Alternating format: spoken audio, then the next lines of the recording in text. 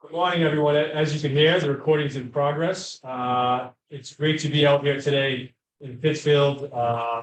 First meeting of the Western Massachusetts Passenger Rail Commission. My name is Brendan Creighton. I'm the Senate co-chair of the Joint Committee on Transportation and the co-chair of the commission. We're joined remotely by my good friend and House co-chair of the Transportation Commission, the committee, as well as this commission, Phil Strauss, who I'm going to turn it over to in a minute. Just for points of the background, the legislature created this commission in the Transportation Bond Bill to investigate and receive public comment on passenger rail service to better connect eastern and western parts of the state. This is the first of 6 public hearings that we will have throughout the region. This commission will be considering a variety of topics, including but not limited to the feasibility of directing an existing public entity to design, permit, construct, or operate rail service, the operational and geographic jurisdiction of any newly created public entity, and any areas of potential conflicts with existing public entities that may arise in connection with the operation of this rail service, governance, powers, assets, and liabilities of any newly created public entity, and funding sources for projected operating and capital budgets associated with the rail service. We will also be issuing a final report in the spring from the recommendations based on the discussions here today. Just this week, MassDOT announced that they've submitted an application for the Federal Railroad Administration's FY 2022 Consolidated Rail Infrastructure and Safety Improvements Grant Program. This application is for more than $108 million for the corridor infrastructure projects between Worcester and Springfield to better connect the Commonwealth. The opportunities presented by this bipartisan infrastructure law give us a once-in-a-generation opportunity to capitalize on historic levels of available federal funding, and I'm so glad to see that we're aggressively pursuing these competitive grants. Being awarded this grant would greatly increase the corridor capacity and decrease travel times, which aligns with the vision of this commission. Before we get started, just a few logistical notes in the agenda. This hearing is being held in a hybrid format, which means that we have both commission members here presently and those testifying or participating online. So please bear with us throughout any technical issues.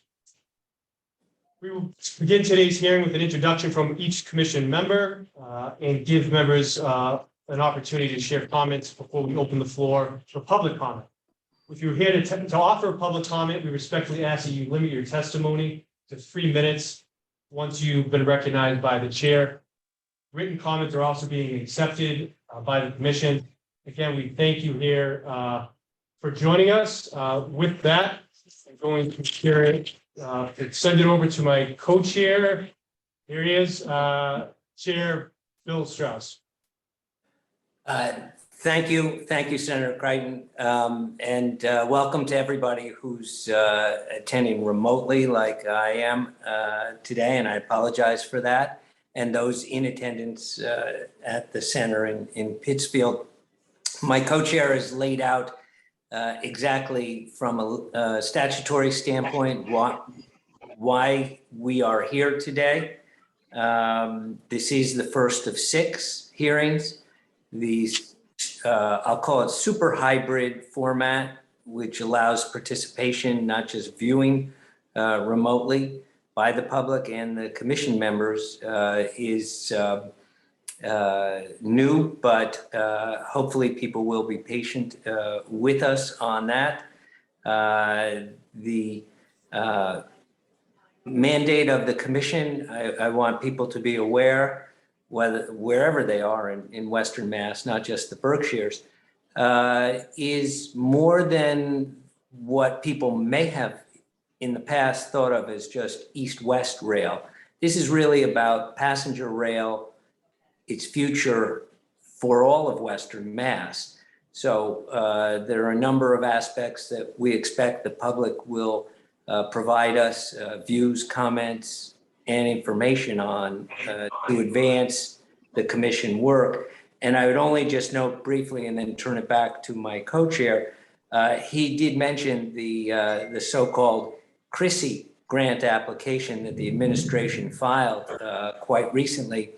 And I think everyone who's following this issue has to understand that the future of Western Mass passenger rail is inextricably connected with both Amtrak and frankly, CSX, which owns significant portions of the track that may draw our attention. And so for that reason, the fact that CSX submitted a supportive letter with that application, I think is quite positive for anyone who follows these issues. So I also want to especially thank my Berkshire legislative colleagues who were engaged fully in the drafting and advancement of the commission statute. So we're here to learn and listen, and I thank everybody and turn it back over to Senator Crichton.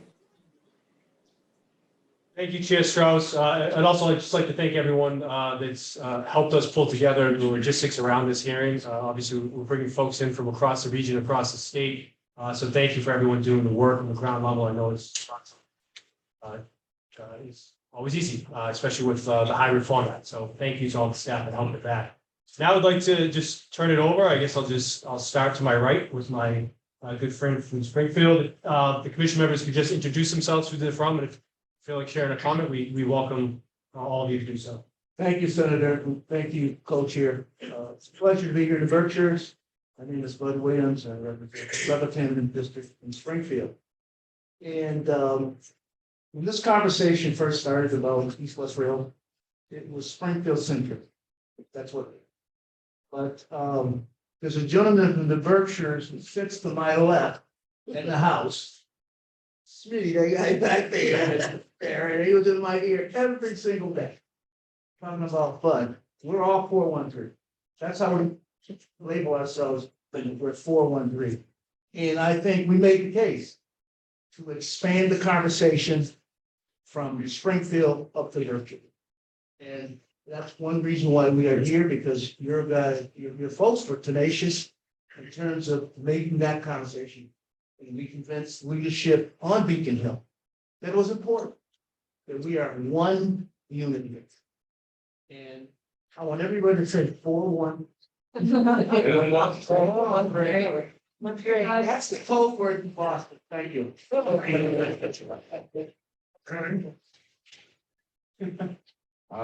State Senator Eric Lesser for the First Hampton, New Hampshire District. I want to thank our chairs, Senator Crichton and Representative Strauss, and I really want to thank everybody for gathering here today. I think that the combination federal support that was secured by Chair Neal and our entire federal delegation, and of course President Biden, combined with the change we see in the state in terms of how West-East rail is treated, creates a real opportunity for us to actually get this project done. And I really want to thank you, MassDOT, and the whole team of MassDOT, and this entire team there for the partnership and their work over a long number of years. And I'm really excited to get this commission started, because I think that we really are at a point between the federal infrastructure money, the state's commitment, and now this legal structure that has been set up, and the potential for the authority to truly get the money flowing and the shovels in the ground. So I'm excited to get to work on it, and I'm really grateful to our chairs for convening us today. And I also do want to point out to Rep. Williams' point. I really want to thank, in particular, the entire delegation has worked very hard, but Smitty in particular was relentless at making sure that Pittsfield and the Berkshires were included, as they should be.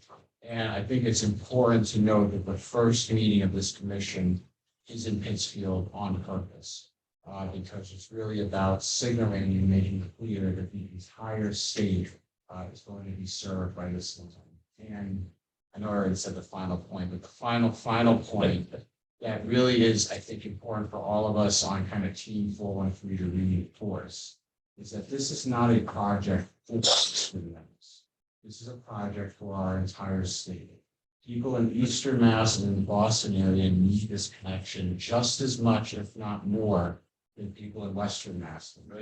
The single biggest challenge we have in the Metro Boston area is out of control housing prices, a crumbling transportation system, and a cost of living that is forcing people to leave. We have the inverse challenge in Western. It's a great place to live, a lot of open space, a lot of natural community, but in the top, not keeping people or attracting new jobs. Those are inverse challenges that can be solved at the same time by connecting the regions together. So I do hope that, although it is titled the Western Mass Rail Authority, the prism that we use in this work over the next several months and meetings is a prism of how this project lifts people in every corner of our state. Because that really is what this is going to be about, and it's about infrastructure that helps both ends of Massachusetts. So I appreciate the continuing meetings and getting us together today.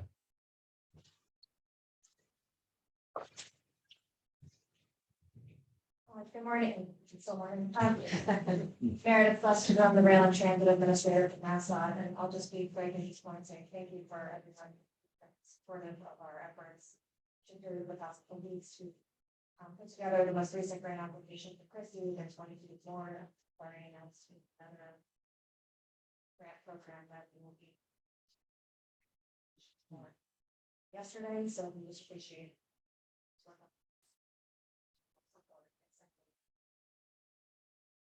Morning, everyone. My name is Mike Milder. I'm the director of the Transportation Center at the University of Massachusetts, and I too will be brief and just say that really excited to be part of this commission and excited that the group has been pulled together today. In particular, really excited to hear from all of you. Look forward to this project and that was amazing. I'm Hayes Morrison here on behalf of Secretary Tony Tesler at MassDOT, and just echoing Meredith's comments, we are very glad to be here and to hear what is most important to y'all about this project right now. My name is Paul Lundberg, and I was appointed to this commission by the minority leader in Senate Bruce Starr. Because I am not a politician, I am a railroad person, and I have management experience in Class 1 railroads, short lines, as well as commuter and passenger rail. So I hope to be able to bring that expertise to our work, as well as Chair Strauss mentioned, a lot of the assets that we'll be looking at and hopefully running passenger trains on are owned by a private company, and we have to partner with them. And partnering with them sometimes is easy and sometimes it's hard, and I know we can figure out how to do that. So thank you. Yes, good morning, everyone. And I'm Tom Matusko, the Executive Director of the Berkshire Regional Planning Commission. I'm not a politician either, so I'll try to keep this brief. But I do want to welcome you all to Berkshire County. As the Berkshire representative on this commission, a hearty welcome to you all. And thank you for those who made the drive out. Wouldn't it have been a lot easier if you take a train? Next time they hold hearings out here, you can do that. I also want to thank the co-chairs for holding this first meeting in Berkshire County. I know when we had our initial organizational meeting, that was not going to be the case. So it is fitting, since we refer to this as the West East Project, right, Smitty? And so it is very fitting that this hearing is being held in Berkshire County. I want to thank I'm not a politician, but we rely on the work of the politicians to kind of advance this. So thank you all for getting us to this stage right now. And I do look forward to the technical aspects of this work, as it's been, as the Berkshire rep, I've been asked questions about, well, what are we testifying about? What do you want to hear, Commission? And so I think, as we go forward with maybe future hearings, that we could provide a little bit more guidance to folks, maybe some informational sessions, and maybe even using the white paper that MassDOT did a year or so ago as a starting point. So because we are charged with, in the legislation, getting a report out, I think it's by March. That's a pretty aggressive time frame, and there's a lot of technical information there and material that needs to be in that report. So I look forward to working on that, and also offering the support of the Planning Commission if you can help in any way with any informational aspects. Folks, I am a politician. I got 30 minutes of introductory remarks. So I'm State Representative Todd Smola in the first Hamden district, so I represent from the towns of Palmer to Sturbridge. I think I'm most excited about two things. As you can see from this commission, we have a broad cross-section of really, really good people. Sometimes what happens in these commissions is they get dominated simply by people from the political arena, from legislators. And as you can see, and we hear from the rest of the introductions, we have a really good team of people that come from a very broad cross-section of backgrounds. And I think by the time we wrap things up, you're going to get a very detailed analysis of why we were all really here. So that's the first thing I'm excited about. The second thing I'm really excited about is the network of advocacy that comes from all of you. Who would have imagined we'd get this many people 2 weeks before Christmas in person from the Berkshires in deep Western Massachusetts? And you do it because you are committed to this initiative. And so I am excited to be here with the confluence of those things that I think are really at the heart of the work of what we're here to do. I started as a selectman in local politics 20 years ago, and we were talking about passenger rail service way back then. And a lot of people, I think, as time progressed, thought we were never going to get to this stage. But I think the fact that we have so many positives that are working to our favor with the congressional delegation on the federal level, with the Baker administration, coming to the forefront and really partnering together with a lot of these folks. I think you're going to see some real progress over the course of the next few months as we continue to outline these hearings and get our work done.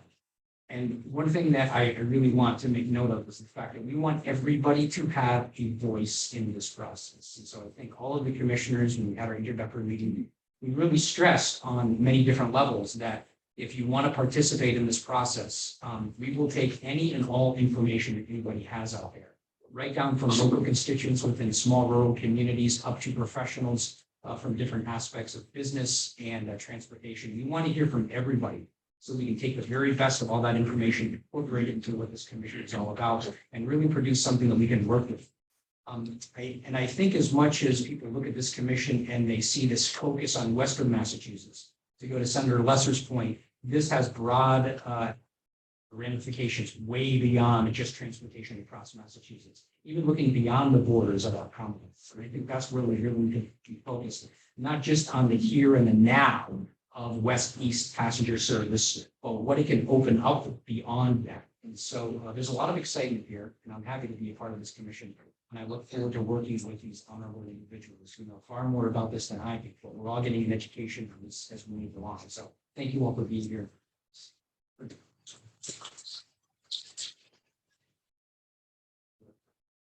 Hi, everyone.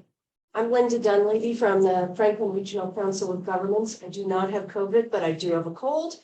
I represent that. You're welcome. I've been announcing that everywhere I go. I represent the Franklin County region. Like has already been said, I believe passenger rail can be transformative to all of Massachusetts. We've already begun to show that through the ridership numbers of the Vermonter, the Valley Flyer, and the Berkshire Flyer over the summer pilot period. And like Tom, the Franklin Regional Council of Governments is ready to roll up our sleeves and help in any way we can. Thank you. Mask back on, not COVID. Hi, everyone. I'm State Representative Natalie Blay. I currently represent 19 communities spanning 3 counties here in Western Massachusetts, including Chester. As a result of redistricting, I will be representing 18 communities in Franklin County. And I just want to thank the Berkshire delegation for hosting us here today. Certainly, Rep. Tricia Farley-Bouvier has been a tremendous leader in this effort. And I just want to make sure that we recognize we are in her town of Pittsfield, city of Pittsfield. And certainly, Smitty and John Barrett, thank you for your strong leadership here in the Berkshire supporting the expansion of rail across all of Western Massachusetts. And certainly thank you to co-chairs Strauss and Frank for bringing us all together today here in the Berkshires. This truly is a partnership, as you've heard today. And it does take local, state, federal partners to make something as big as what we're talking about happen. It also, and I'm glad somebody did bring up the freight railroad, takes CSX partnership. And we welcome their efforts in supporting what can be a really transformational effort here in Massachusetts. This is an opportunity and it is an exciting one, as you've heard from everyone here today, to expand the rail network across all of Western Massachusetts. And I think if there's one point I can make here today is that we have already shown what we can do when the federal government invests in us. We did it with the American Recovery and Reinvestment Act, when we built out the Connecticut River Line and made the Valley Flyer a reality. We never expected the numbers to look like they do today. And I think that is a testament to what we can accomplish here in Western Massachusetts if we believe what's possible in rail. But it will take all of us working together here today. And you can see that there's a lot of excitement and a lot of partnership at this table. And so I want to thank everybody for being here today, for lending your voices and your support to this effort. And certainly thanks to the chairs for convening us and moving us forward. Hi, everyone. I'm Joan Comerford. I represent the Hampshire Franklin Worcester District. In the next session, it'll be 25 cities and towns. I'm going a little deeper into Worcester, which I'm excited about. And so grateful to be on this commission. Thank you, Chair Crichton and Chair Strauss, for leading us. I am also so glad to be here in Pittsfield. I believe it keeps the promise that House and Senate members made to each other when we were working on this piece of legislation with the chairs in the transportation bond bill. This was really a 4-county held with 5, of course, with our sister Worcester County. We were going to hold it together as a team. And I want to build on what Rep. Blay just said about the success of the Valley Flyer, because when I think about this, and I heard this from Chair Crichton and Chair Strauss, I do think about it as a regional effort. And, the Valley Flyer, which I said when I first took office in 2019, I didn't have any part in enacting that, and I want to thank Rep. Blay and so many others who were part of the on the ground work in your previous work, but I had every part in keeping it, right? And I just want to say that the work of keeping it was a partnership, and you've heard about this partnership, local, state, federal, municipal leaders, state elected delegation, RPAs, all at the table with our great friends at Amtrak, and our really terrific leadership from MassDOT and Administrator Schlesinger. I just want to thank you and your team.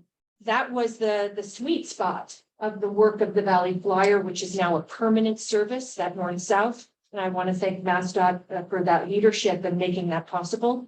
But that plus the West-East Rail, East-West Rail that so many here, especially I want to nod to Senator Lesser, have made a reality through Pittsfield, Springfield, and then the Northern Tier.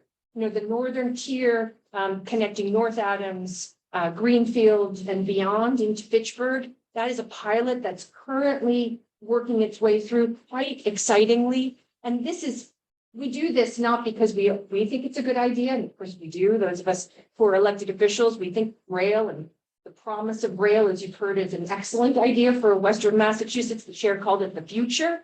Chair Strauss called it the future. Really, that's at stake here. But we do it because our people tell us that it's an imperative, that you have a right to regional equity. And I believe what Senator Lesher said is completely true. While it will be transformational for us in Western Massachusetts, it's going to benefit the whole state when we get this right. And that's the work of the commission, to get this right, to figure out the governance structure and to figure out how it lifts all boats. Not only us here in Western Massachusetts, but the entire Commonwealth. So I'm really grateful to be here. Thank you. Thank you, Chips.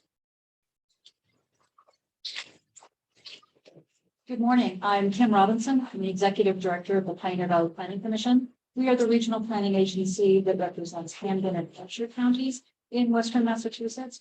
And I want to say I'm really looking forward to working with the commission on this important issue. PVPC have a long history of working on increasing passenger rail to support the quality of life for our entire state, regional equity, and economic development opportunities. This is really an opportunity for a transform the state of Massachusetts and to provide additional opportunities. I would also like to thank the chairs for the opportunity here. And as an RPA, just like Tom and Linda said, we stand ready to assist with any information you need from the industry. Good morning, I'm Janet Pierce. I'm the Executive Director of the Central Mass Regional Planning Commission. we're moving further east as we go down this. We serve the city of Worcester and 39 surrounding communities. Our region is rather expansive and diverse. To our east, we have the current station of Westboro along the Metro West border. We actually have 3 stations. We have Westboro, we have Grafton, and also Union Station in Worcester. To our west, we serve the communities that border Kings region, including Hardwick, Warren, and Sturbridge, the rural communities. So it's a diverse region. We have the needs for expanded rail station. We have the opportunity to benefit from the expanded rail as well. Look forward to working with everyone and hearing what you have to say. Thank you for hosting this out in the Berkshires. For those of you that traveled along the Pike, you may have noticed that there were quite a few miles in between the various exits. We also have that in Central Mass. Once you leave the Auburn interchange, you have the interchange in Sturbridge and then in Palmer. And quite often, if there are accidents or there are backups along those particular exits, you're rerouted to Route 20, which runs through quite a few of our communities. So there's quite a quagmire when there's anything going on in the Pike. And now with the GPS, it's not only Route 20, but it's all the roads leading to and from Route 20. So really we've heard that in the past when we worked on the East-West Rail study. So look forward to hearing what everyone has to say, and thank you for being here. Good morning, everyone. My name is Jason Palich. I am the Executive Director of the 495 Metro West Partnership. We are an alliance of different stakeholders, including businesses, municipal governments, regional transit authorities, chambers of commerce, higher education institutions, developers, environmentalists. The list does go on. Serving 36 cities and towns that we define as 495 Metro West, bounded on the east by Natick and Wayland, up north to Westford, down all the way to the west, Shrewsbury and Grafton, and south on to Rentham, Foxborough, and Plainville. So all of our cities and towns are regarded as Metro Boston, depending on whose definition you accept. None of my communities are served by MBTA, bus, or subway. So for us, robust public transit has always involved both rail and regional transit authorities. We are excited by the prospect of improved and increased rail service throughout the Commonwealth, which we know has a strong economic benefit tied to it. We're excited to be here today. Thank you. Good morning. My name is Leah Robbins. I'm here on behalf of the Metro West Regional Collaborative. We are a group of 9 communities on the western edge of the Boston Metropolitan Organization, the MAPC, Metropolitan Area Planning Council. Excited to be here today. Thank you. Thank you, commissioners. I also want to recognize Deputy General Manager of the MBTA, Jeff Conneville, is joining us remotely. Mr. Conneville, would you like to share some comments? Sure. Good morning, everyone. And I think as some of my fellow committee members have said, we're continuing to head west. So I am the representative here for the MBTA and certainly would like to thank Chairman Crichton and Chairman Strauss for having the MBTA as part of this commission. This is obviously an important time for us as well at the MBTA as we are beginning to think through what our future of our commuter rail network looks like as well. I have over 30 years of transportation experience, and currently here at the T, I am responsible for our operations divisions of the T, which does include our commuter rail division. So again, thank you for the fellow committee members for having me here, and happy to participate in the commission. So thank you. Thank you very much. I'm also told that Representative Lindsay Sabadosa may be on remotely. Yes, that's accurate. Thank you very much. Rep, do you want to just, would you like to share a few comments as commissioner? No need to, but just wanted to, we just gone through brief introductions. Thank you very much, Mr. Chairman. I'm Representative Lindsay Sabadosa. I represent the 1st Hampshire District, the Valley Flower line that runs through my community, and I'm pleased to be here today. Thank you so much. Wonderful, thank you. So, I appreciate everyone's patience. I just think for the first hearing, important to hear from commission members. Obviously, we have a wide range of stakeholders here who care very much about this project and about this process in this commission. So excited to get to work. And with that, I think we're going to jump into testimony.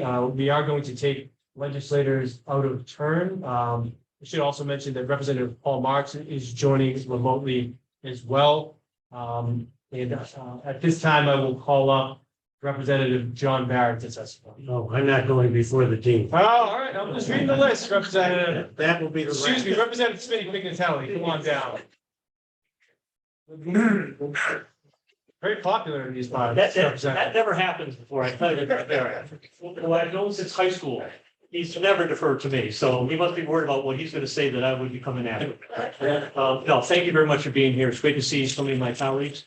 I'm glad you're wearing a mask, Linda, with cold, but it's nice to be back together, kind of grouped together without a mask. So great to have you out here in Western Massachusetts. And I spoke to Chairman Strauss yesterday about this hearing. And I know we're talking about Western Mass passenger rail. I will say for the record that I am in full support of the Northern Tier concept. I think that makes a lot of sense. But I'm going to be very particular about west-east rail from the Berkshires, Pittsfield to Springfield, Worcester, Boston, you know. I'm glad that you're having this first hearing in the Berkshires. I think that's more than just coincidental because the Massachusetts Turnpike started in Western Massachusetts, started in West Stockbridge, Massachusetts, many, many years ago. And there's actually still a few of the old timers from when that turnpike was built. And I asked them why that happened. And they really believe, and I believe the rail could be a similar conversation. They really believe that Boston wasn't ready for all this additional traffic, cars and people and everything else. So starting in the Berkshires gave the eastern part of the state ample time to rebuild their infrastructure, prepare for the onslaught of traffic. Now, here we are 56 years later, they need to do something more about the traffic in Boston, but I think there's the same opportunity here in the Berkshires. The Berkshires were built on the backs of the rail. When you talk about the Berkshires, you talk about the Gilded Age, the rich and famous lived here, had all these beautiful cottages that they're called the Inland Newport of Massachusetts. They got here on the river. My immigrant grandfather came here at 19 years of age, came to the Berkshires to work on one of those great estates by the rail. So we've seen the rail can make a big difference. For those of us in the Berkshire delegation in Western Mass that travel back and forth on that Mass Turnpike, it can be very problematic. And I have to compliment my good friend Bud Williams, my seatmate, for mentioning the 413. And I have to tell you, my 20 years in the House, I have never once seen the Western Mass 413 delegation work better together than on this particular issue. New legislators, old legislators, we all came together for the greater good. So I hope that you would really consider the Western link first. It would provide Worcester and Boston ample opportunity to rebuild its infrastructure. And if we can get on a train in Berkshire County and get to Boston, and I'll even say 3 or 3.5 hours, but it's efficient. And I can actually be productive instead of sitting in my car for the same 3 or 3.5 hours. It's very limited in what I can do. This will transform Western Massachusetts, and in particular the Berkshires. You will see immediate economic opportunities if we start here. We really can't wait. If you start down east for it to get here. I've long envisioned a west-east, east-west corridor from Albany, New York to the Berkshires, Springfield, Worcester, Boston, west-east, east-west. That would provide an opportunity for the Berkshires to become a legitimate north-south connector from the Berkshires to New York City. Much like Springfield, Worcester, and Boston are fabulous north-south connectors. And shout out to Chair Strauss for the South Rail issue that's finally starting to take place. Took a lot of years for that to happen, and his due diligence really made that happen. But I implore you, please start this in Western Massachusetts. Like the Turnpike, it was the easiest place to start. You've got great broad-based support for it to start here. And we will see our decline population start to reverse immediately. We will see the jobs that we have here that are needed to be filled, from hospitality to hospitals and engineers, doctors and lawyers and engineers and nurses across the spectrum of our economy. We're becoming an older population in the Berkshires. We're becoming a poorer population in the Berkshires. Making this once in a lifetime, certainly my lifetime, once in 100-year lifetime investment will be transformative to finally connect the Commonwealth in its entirety from the Berkshire to Boston. So please, don't start in Worcester. My fear, with all due respect to Congressman Neal, without him, I'm not sure if we would have had this conversation at the federal level as well. I've even conceded to Congressman Neal to start in Springfield, but go east and west at the same pace. You will see the Commonwealth being transformed dramatically. Now, some people say the ridership. I never get hung up on the ridership, because this is one of those issues that I truly believe, if we build it, they will come. We have seen during COVID an amazing transformation of real estate development here in the Berkshires. I haven't seen anything like this personally since post 9/11. People needed to get out of the city after 9/11. They came to the Berkshires. A lot of those second homes became permanent homes. COVID hit. What better place to have natural social distancing than Berkshire County, Western Massachusetts? They came and they bought real estate. What are we going to do to keep them here? That's the investments we need to make. We continue to make investments in broadband, cellular service activity, rail, transportation. That's our economic future. So please, I applaud you for what you're doing. I thank you for making Berkshires the first stop. Let's make it the first shovel in the ground to make this a connection for the Berkshires for Boston. You travel that turnpike, Senator, you've been out here a few times, and I appreciate that very much. So you recognize what we're dealing with each and every day. But I'll close with a thought that I also believe in. I believe in the live here, work there. I really believe if you can get me back and forth, either to Albany or to Worcester or Boston or Springfield, why can't you live in the Berkshires and work in Worcester? Why couldn't you live in Springfield and be an engineer of General Dynamics in Pittsfield? The live here, work there mentality is real, and believe me, it does go both ways, east, west, and west, east. So I hope that you all leave here today just talking about west, east, rail. You know, this is an investment we need to make. It's a generational investment. I may not be in service in the state government long enough to see it. I hope I live long enough to see it.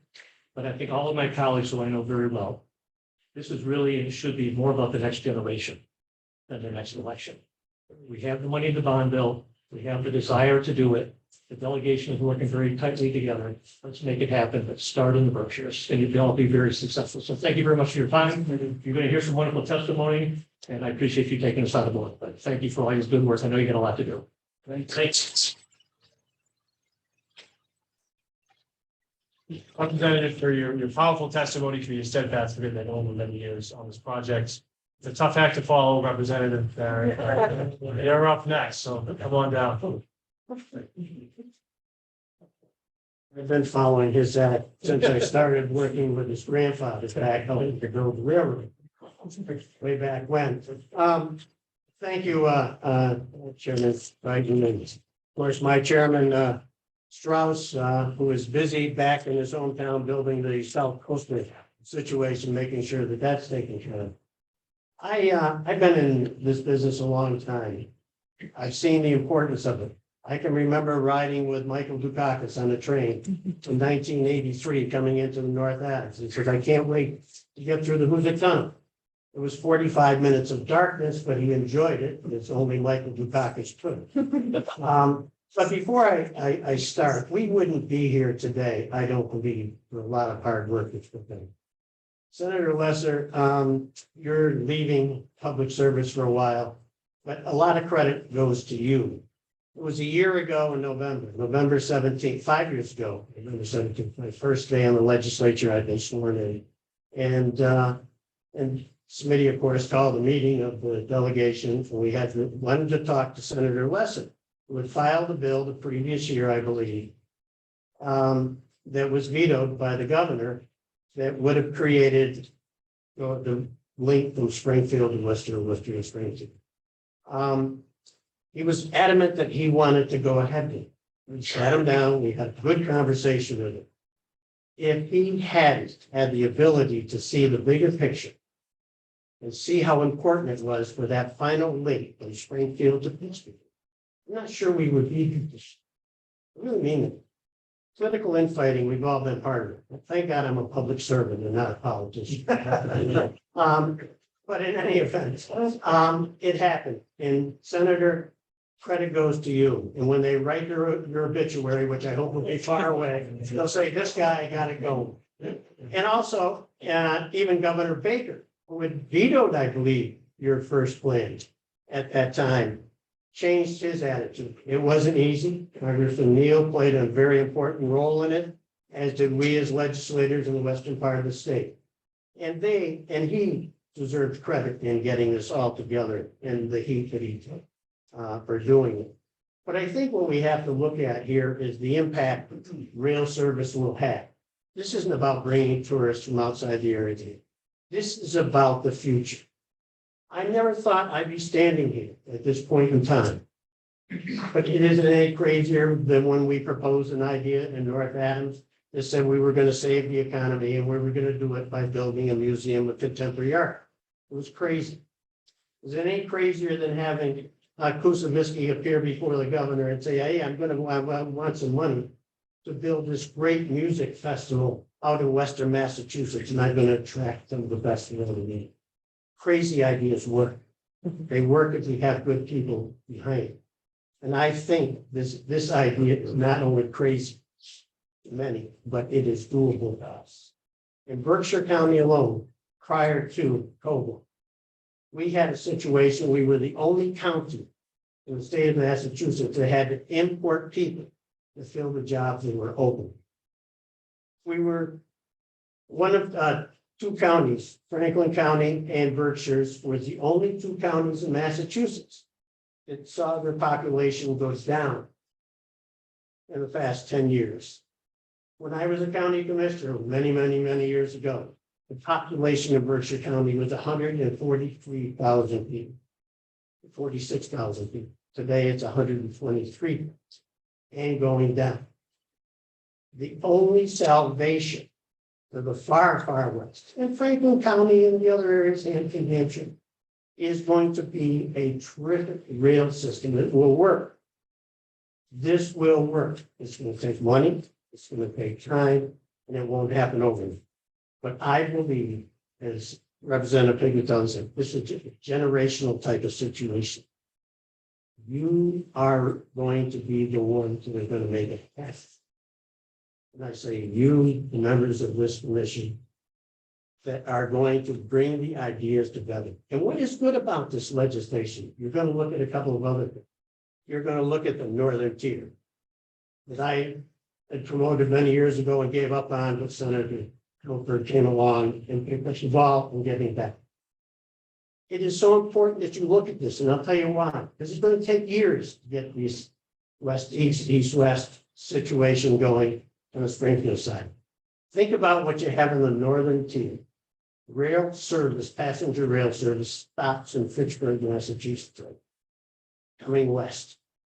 That used to carry 100 trips a day from Fitchburg into North Adams into Albany. Those used to happen with passengers. I was there when the last train went out in 1958, believe it or not. My father dragged me to the station and said, I want you to be here. And we said, why? Because you're going to see the last train leaving Williamstown, Massachusetts, and North Adams, Massachusetts.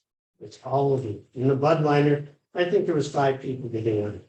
And they got on the train and they went on their way. It was 8 o'clock.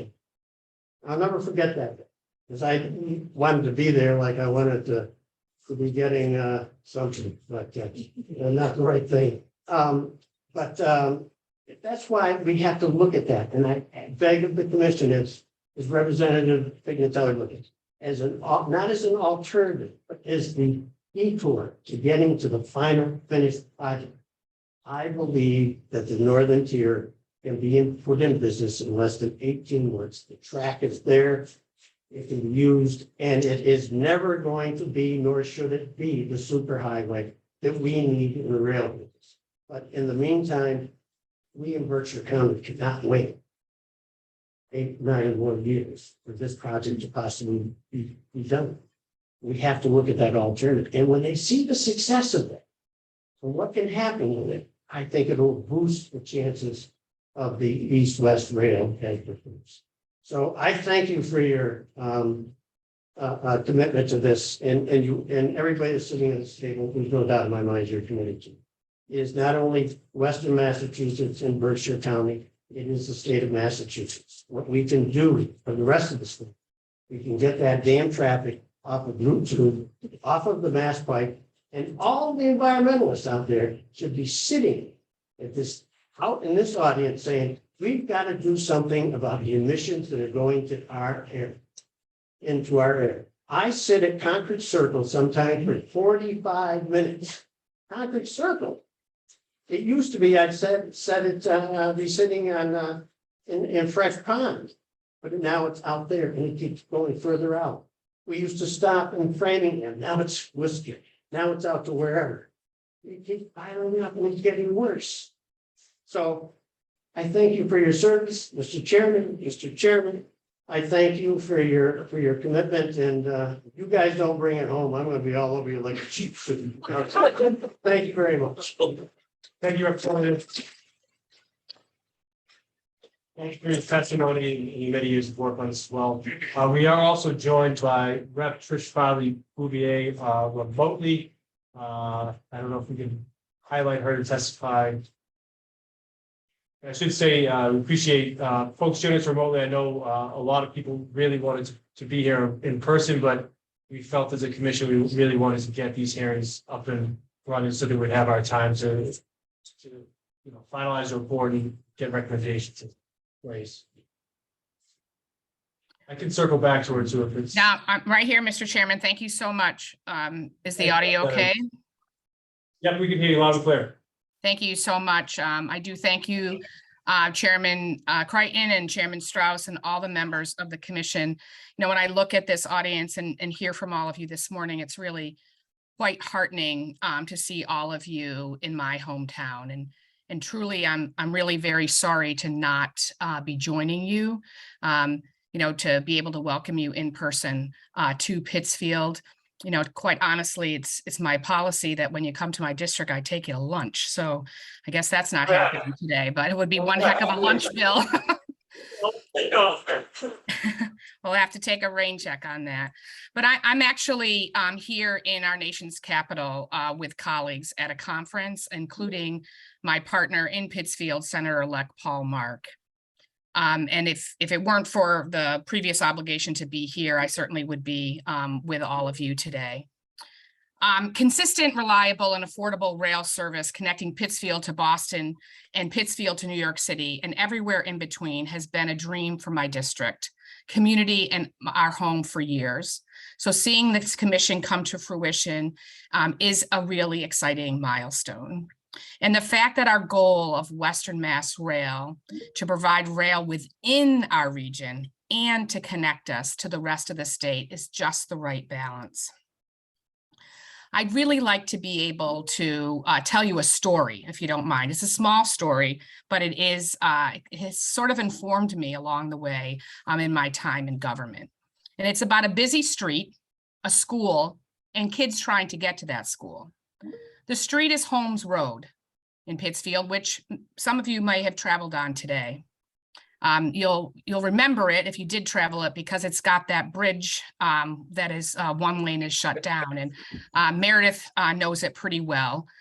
She's been working on that bridge for a while and helped a particular neighbor of ours with a particularly difficult situation, which I thank her for.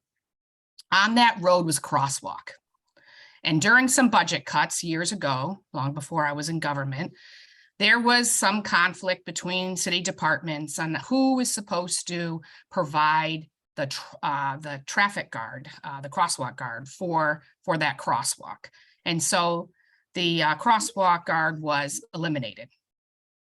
And many parents got together and said, this is kind of crazy. Kids can't walk to school without having a guard there. And so in typical government manner, Traffic Commission got today and they commissioned a report and a study. And lo and behold, the results came back that, well, kids don't walk to school this way. And so there's no need for a crosswalk. And so, of course, I'm imagining you're all scratching your head right now with me saying, well, of course, kids aren't walking to school where they have to cross a busy street on their own. It doesn't make any sense. But we were kind of stuck with this report and the results of this because it was so official, right? And so we had to prevail and persist. And we collected data for the potential number of kids who would walk, to walk this way to school if there was a traffic guard there. And we were able to prevail and do the problem solving. And what happened immediately following? Actually, not much, which of course was a little bit disappointing. But the reality was that families had already established their routines in the morning. And so there wasn't a big change right away. But over time, more and more kids started walking to school. And then we had, as comes around all the time, a spike in gas prices, and then a whole lot more kids were walking to school. And the numbers grew and they have stayed strong. And I've used that lesson many times in government to say that these studies about projections of numbers and what's happening now doesn't tell the whole story. And I think we can apply that to this situation. So with that, I really, I could talk about so many things about rail and why it's so important for Berkshire County, but I'm going to try to just say a few things. First and foremost, and you've heard it before, keep the word Pittsfield in mind constantly. Please do not succumb to the temptation to leave Pittsfield out for now, to say that we're going to solve getting to the Berkshires later on. Anything short of connecting Pittsfield and the Berkshires in the initial plan will send a strong message that this commission and the Commonwealth of Massachusetts is leaving the people of Berkshire County behind, leaving us behind yet again. The next message I would like to give is that of centering the rider. As decisions are being made on scheduling, on costs, on even governments, we need to always be sure to center the rider. Chair Crichton, I know that you think about the actual people who want to access a job or get to medical appointments in your advocacy for rail to Lynn. Chairman Strauss's work on South Coast Rails means that workers can move around that region of our state and access jobs outside the region. And importantly, this, for people outside the region of South Coast to access jobs on the South Coast. Who will be our riders? Folks that would like to work in Springfield every day, perhaps working at the casinos. People who work mostly remotely, but need to go into the office in Springfield, Worcester, or Boston 3 or 4 days a month. People who have medical appointments in Springfield, Worcester, and Boston, and there are many of them here in Berkshire County. And I want to be sure that people remember that the projection of riders always seems to undercount. And we don't have a greater example than looking at the results of the Berkshire Flyer initial pilot year this summer. We sold out every single week. The next one, and this is a tough one, and this is this elephant in the room that nobody really wants to delve into, but we just have to. We need to talk about a dedicated funding source. While the capital cost of building out this system will need to be covered by bonding, state appropriations, federal grants that people have been working so hard on, during this commission's time and work, we're going to have to start the discussion about dedicated funding. People have heard me say this before. About $30 million worth of pennies leaves Berkshire County each year to go fund the T. I can tell you, Mr. Chairman, most of my constituents have never, ever, one time in their lives, have taken the T. And it's about $150 million in the 4 Western Mass counties. Should we reassign this part of the funding stream? Perhaps. Should we identify another penny of the sales tax? Maybe. How about a half penny? We really have to look at this because we can't build something and not plan on the investments of maintaining it. And again, I'm going back to centering the rider. We need to make this affordable for people, just like at the MBTA, we work so hard to make sure people can afford to ride the T. The state supplements the T besides the sales tax, the dedicated sales tax funding at $187 million a year in contract assistance. So, Mr. Chairman, as we embark on this important phase of bringing Western Mass Rail to fruition, I ask that you keep that Western Mass Rail needs to include all 4 counties of Western Mass. We need to be connected to each other and the rest of the state and region. I ask that you keep the rider at the center of your decision-making, and I ask that we begin identifying a dedicated funding source. I really appreciate the time, the work, the very difficult work of this commission, and I look forward to being part of the solution as we go forward. Thank you, sirs. Thank you, Representative. We appreciate your testimony. It's a pleasure working with you for 8 years now in the House and the Senate. I don't think a conversation has occurred where you haven't plugged Pittsfield in this project in particular. So thank you for your steadfast advocacy. I'd like to now welcome up Representative from Congressman Neal's office, Liz Quigley. Thank you. I'm Elizabeth Quigley, WU Chief of Staff for Congressman Neal, and I have a statement from him. Thank you, Chairman Strauss and Creighton, and distinguished members. So I think you want to speak up a little bit. Sorry. Okay, turn the microphone. The audio is tough in here. You do have to really project. So this is a statement on behalf of Congressman Richard Neal. Thank you for Chairman Strauss and Creighton and distinguished members of the board for conducting these thorough and informative public hearings. Creating a platform for local stakeholders to participate is valuable and needed for a transparent process and is of paramount importance. Growing up in Springfield, this area was often described as a crossroads of New England. However, after years of declining ridership in the 1960s and 70s, that designation went by the wayside. I am thrilled to see that today, rail is making a major comeback. Springfield is home to a $100 million newly renovated intermodal transportation center at Union Station. CT Rail now has 17 trains a day between New Haven and Hartford, 12 of those trains continuing to Springfield. The Valley Flyer proceeds north along the Knowledge Corridor. The Berkshire Flyer's weekend service from New York Penn Station to Pittsfield was a huge success, selling out every weekend this past summer. Yet Amtrak's Lakeshore Limited, the lone east-west train, has only one stop in each direction per day. We must build upon the success of these lines to promote the viability of robust east-west travel in the near future. Infrastructure has always been of paramount importance to me, and I have fought during my tenure as a member of Congress to ensure a steady stream of funding to Western and Central Massachusetts. As of late, federal dollars have been made available through the $1 trillion infrastructure bill, much of which was based on the work we did in the Committee on Ways and Means. The bill includes $9.4 billion to Massachusetts and $2.5 billion specifically going to transit.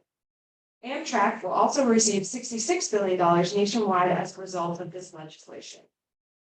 In August, Governor Charlie Baker, Secretary of Transportation Jamie Tesler, and I joined Amtrak CEO Stephen Gardner on a trip from Boston's South Station to Springfield's Union Station. We discussed what it would take to bring this line back to life. CDO Gardner reassured us that this track is part of Amtrak's vision for improving transportation across America with the infrastructure dollars. As we look ahead, we should be very much mindful of what the Big Dig did in the 1990s and 2000s. The Behemoth project ended up costing $22 billion, $16 billion in principal, and $6 billion in interest. For those of us in central and western part of the state, we saw many of our initiatives take the back burner during those years, or be compromised altogether. I don't want that to happen this time around. It is time for regional equity in this state, and that starts here in Pittsfield and in Berkshire County. To put it simply, we have the money, the support, and I have secured the commitment from both the outgoing Baker-Polito administration and the incoming Billy Driscoll administration to keep this train literally and metaphorically moving forward. This is an opportunity that will not avail itself again, and now is the time to move on East-West Rail project that will be transformative for all of Massachusetts. Let us continue to work together as elected leaders and engage business community and involve the public. Together, we can create the transportation system that our entire state needs for its economy and people to thrive. Thank you. Thank you, Elizabeth. We appreciate you being here today. Please send our appreciation from the commission, from the congressman. I should mention, I earlier said Representative Paul Mark, as many of you know, he's now Senator-elect. He'll be joining us in the Senate, so sorry about that, Senator-elect. I should also mention too that Commission Member Senator Adam Gomez couldn't be here today. He is represented here by his Chief of Staff, Daniel Allard, and Senator Gomez has been very active throughout all these conversations and wishes he could be here, but will continue to actively engage with the commission. Now we're going to slide into testimony from the public. Again, we would ask that you keep your comments to 3 minutes, and I do welcome commissioners after each person testifies. I will open it up for questions, so please feel free to prepare for that. First up, we'd like to welcome Jonathan Butler from First Berkshire. Testify. One Berkshire, sorry. Representative from North Adams, First Berkshire. Yeah, thank you. First off, my name is Jonathan Butler. I'm the president and CEO of One Berkshire. One Berkshire is our lead business and economic development organization for the region. We serve as the redo head in the Berkshires and also as the Regional Tourism Council, and we have just over 800 member businesses. Welcome all of you to come out to Berkshire today. We really appreciate it. It's great to have you in Pittsfield in this beautiful new facility. I do want to share that our organization did serve on the East-West Study Committee under Senator Lesser's chairmanship, and we're an active member in that. So we're continuing to be very involved in this whole dialogue. And we will be submitting more comprehensive written testimony on behalf of the business community in the coming weeks. We're working on that now, along with Berkshire Regional Planning and some other organizations. So you can expect that. But I do want to share just a few comments today while we're here in person. First off, I just want to emphasize the importance of rail service for the Berkshires and the future of the Berkshires. You know, our region is often, you know, subtly suggested or sometimes subtly criticized that we bemoan rural inequity a little bit too much. And that's probably fair criticism. We take it a little too far on some topics, but rail and transit are not one of those topics.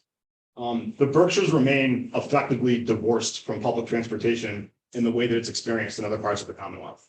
We sit geographically centered between two of the major cities in America, Boston and New York, and we have no dedicated rail service from where we live to either.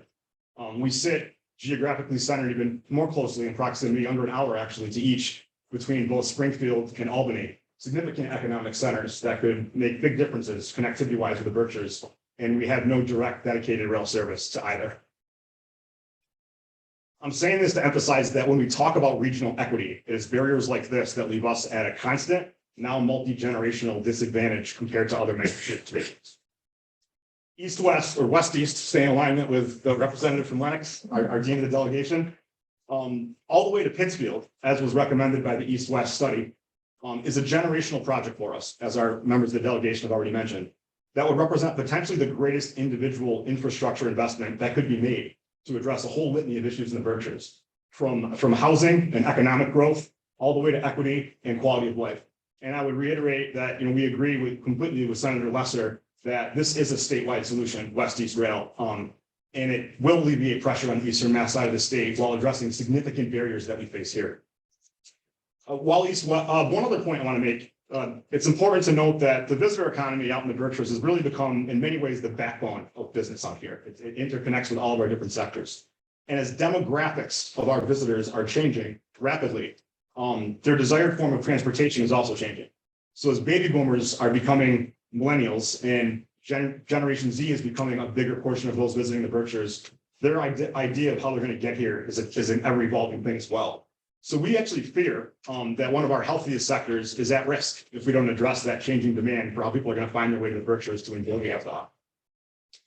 While East-West is what we consider to be the priority generational project for this region, we do want to cite that we're very supportive of the Northern Rail proposed project and the Berkshire Flyer. And I'll add, as our organization has been very involved in the Berkshire Flyer, very similar to Rep. Hummerford's comments about the Valley Flyer, the Berkshire Flyer did just have a successful pilot season this summer. It actually sold out each ride, which was great. It demonstrated proof of concept, which is what we were looking for, that those that visit us from New York, from the city of New York and around that greater region, which makes up more than 50% of the visitors that comes to the Berkshires, will take the train that's available.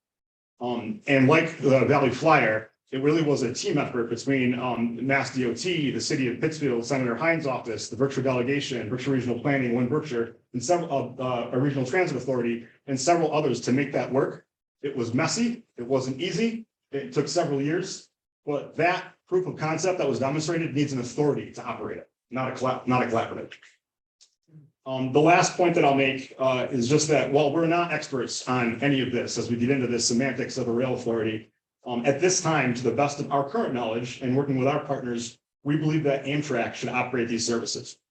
And that the newly created authority has to have the ability to operate across state boundaries, and that the jurisdiction should be broad enough to handle all passenger rail services in Western Massachusetts. And that a dedicated funding source, as mentioned previously, needs to be identified in a way that is sustainable and can provide annual reliable service. As I said in the beginning, we will be providing more comprehensive written testimony, but to the chairs and the members of the commission, thank you for your time. Thank you for working with the Berkshires. We appreciate this very much today. Thank you, Jonathan. Yeah, I would like to just open it up to commissioners if they have questions. Sorry, Jonathan, could you give a little bit of sense, if this exists yet, about the economic ripple effects of the flyer service this summer? If there's 800 member businesses, do you have a sense of, impact on AC yet, as hotels and here, where it's kind of general anecdotal sense of what it meant? So I can probably speak a little bit to anecdotal. Obviously, anything data driven is difficult because the size of the sample is so small. It's a few hundred riders. It's between 150 and a few hundred riders per week. And obviously they're being accompanied by thousands of other visitors finding their way to the Berkshires by other means. So it's difficult to track. But I can speak anecdotally to downtown Pittsfield, which continues a renaissance and continues growth and more investment. It was, I think, a really nice thing to have 150 plus people looking to spend money being dropped off in downtown Pittsfield every Friday afternoon. I know Hotel in North, which is a feature boutique hotel in downtown Pittsfield, benefited from it. Several restaurants, some transportation services. So even a small sample did have an impact that anecdotally we know made a difference, and obviously that can be scaled and scaled and scaled. Thank you. Any other questions from commissioners, either here or coming to us remotely? Seeing none, thank you again, Jonathan. I'd next like to welcome Michael Leary from Berkshire Health Systems. Thank you, commission members, representatives, senators for coming out to the Berkshires, both physically and virtually. Berkshire Health Systems is the owner and operator of Berkshire Medical Center in Pittsfield and Fairview Hospital in Great Barrington. Berkshire Medical Center serves patients across the county and southern Vermont, eastern New York, southern Connecticut, or northern Connecticut. It's critical for our patients, particularly those who are receiving some of the most sensitive care that we have at the Phelps Cancer Center at BMC, to have a connection to the Boston area. The Phelps Cancer Center is the first affiliate of the Dana-Farber Cancer Institute Collaborative, which we're very proud of our relationship with Dana-Farber. But there are a number of patients in the Berkshires who therefore have to go to Boston for second opinions, for access to key clinical trials that are operated by Dana-Farber in connection with Berkshire Medical Center. It's been a challenge for many of these patients to get from Pittsfield to Boston. You've heard about all the challenges that we have for transportation across the county. This one is a critical one for people who are facing some of the greatest challenges of their lives right now. In addition, the resurgence or the surgence of the RSV virus here in the Berkshires and across the country has made it difficult for many pediatric patients and families to access care at tertiary centers that they need to access in the Springfield and the Worcester and the Boston area. We want to make sure that those patients have access to easy travel. This rail system would provide that, and we think it's critical for Berkshire County. Finally, because we are the leading employer in Berkshire County, we have approximately 4,000 employees in Berkshires.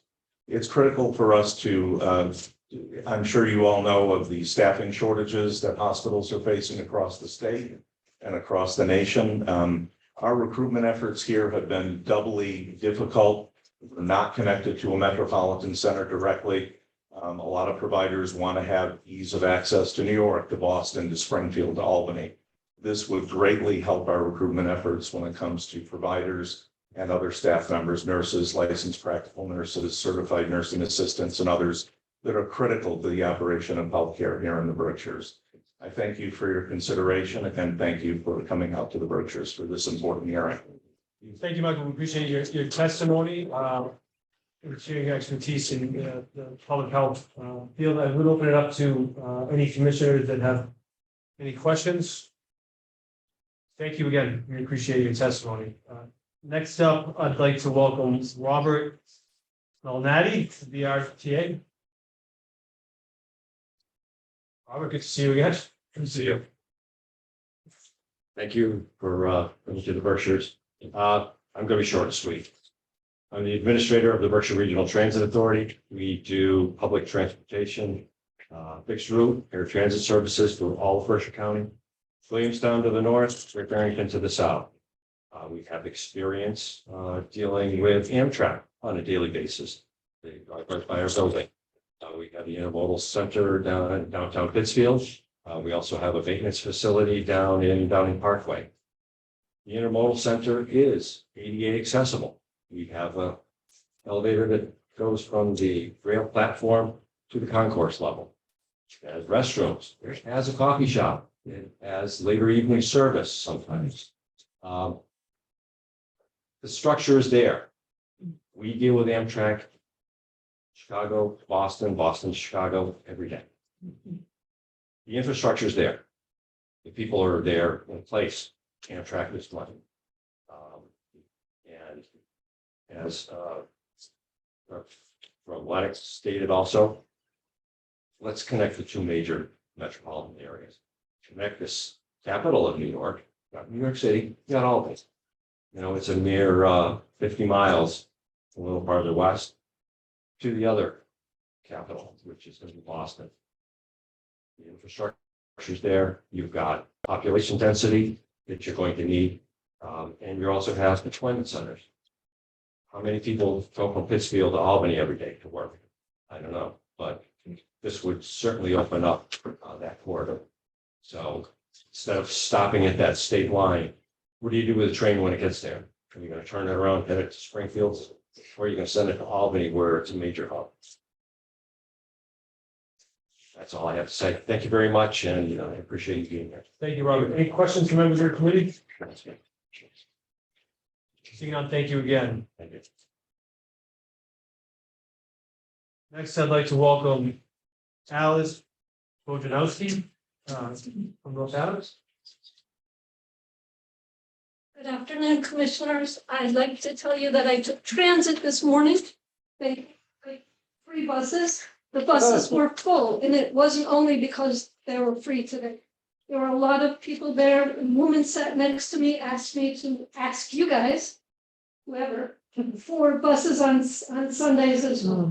There's a lot of people that can take transit. Thrilled that you're here today.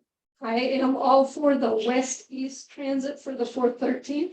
I am a transportation planner from West Palm Beach, Florida. So I'm used to this. I had to advocate for Tri-Rail. I had to advocate for the double tracking. I had to get my coworkers to try the train. And once they actually tried it, they said, oh my God, it does work. So we went all the way from Tri-Rail. We got the private right line on the FEC tracks, Tri-Rails on the CSX tracks. We have done this before. It's not rocket science. We do know that it works. We do know that they're trying to get Bright Line all the way to Orlando for the workers and for the tourists.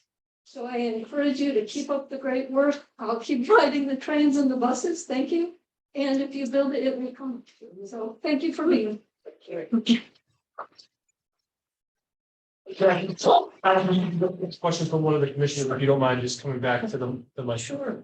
Senator Cummings. Thank you so much, Chair. I was inspired by your remarks. So as a transportation planner, can you give us your just a quick list of classically necessary elements to any rail program?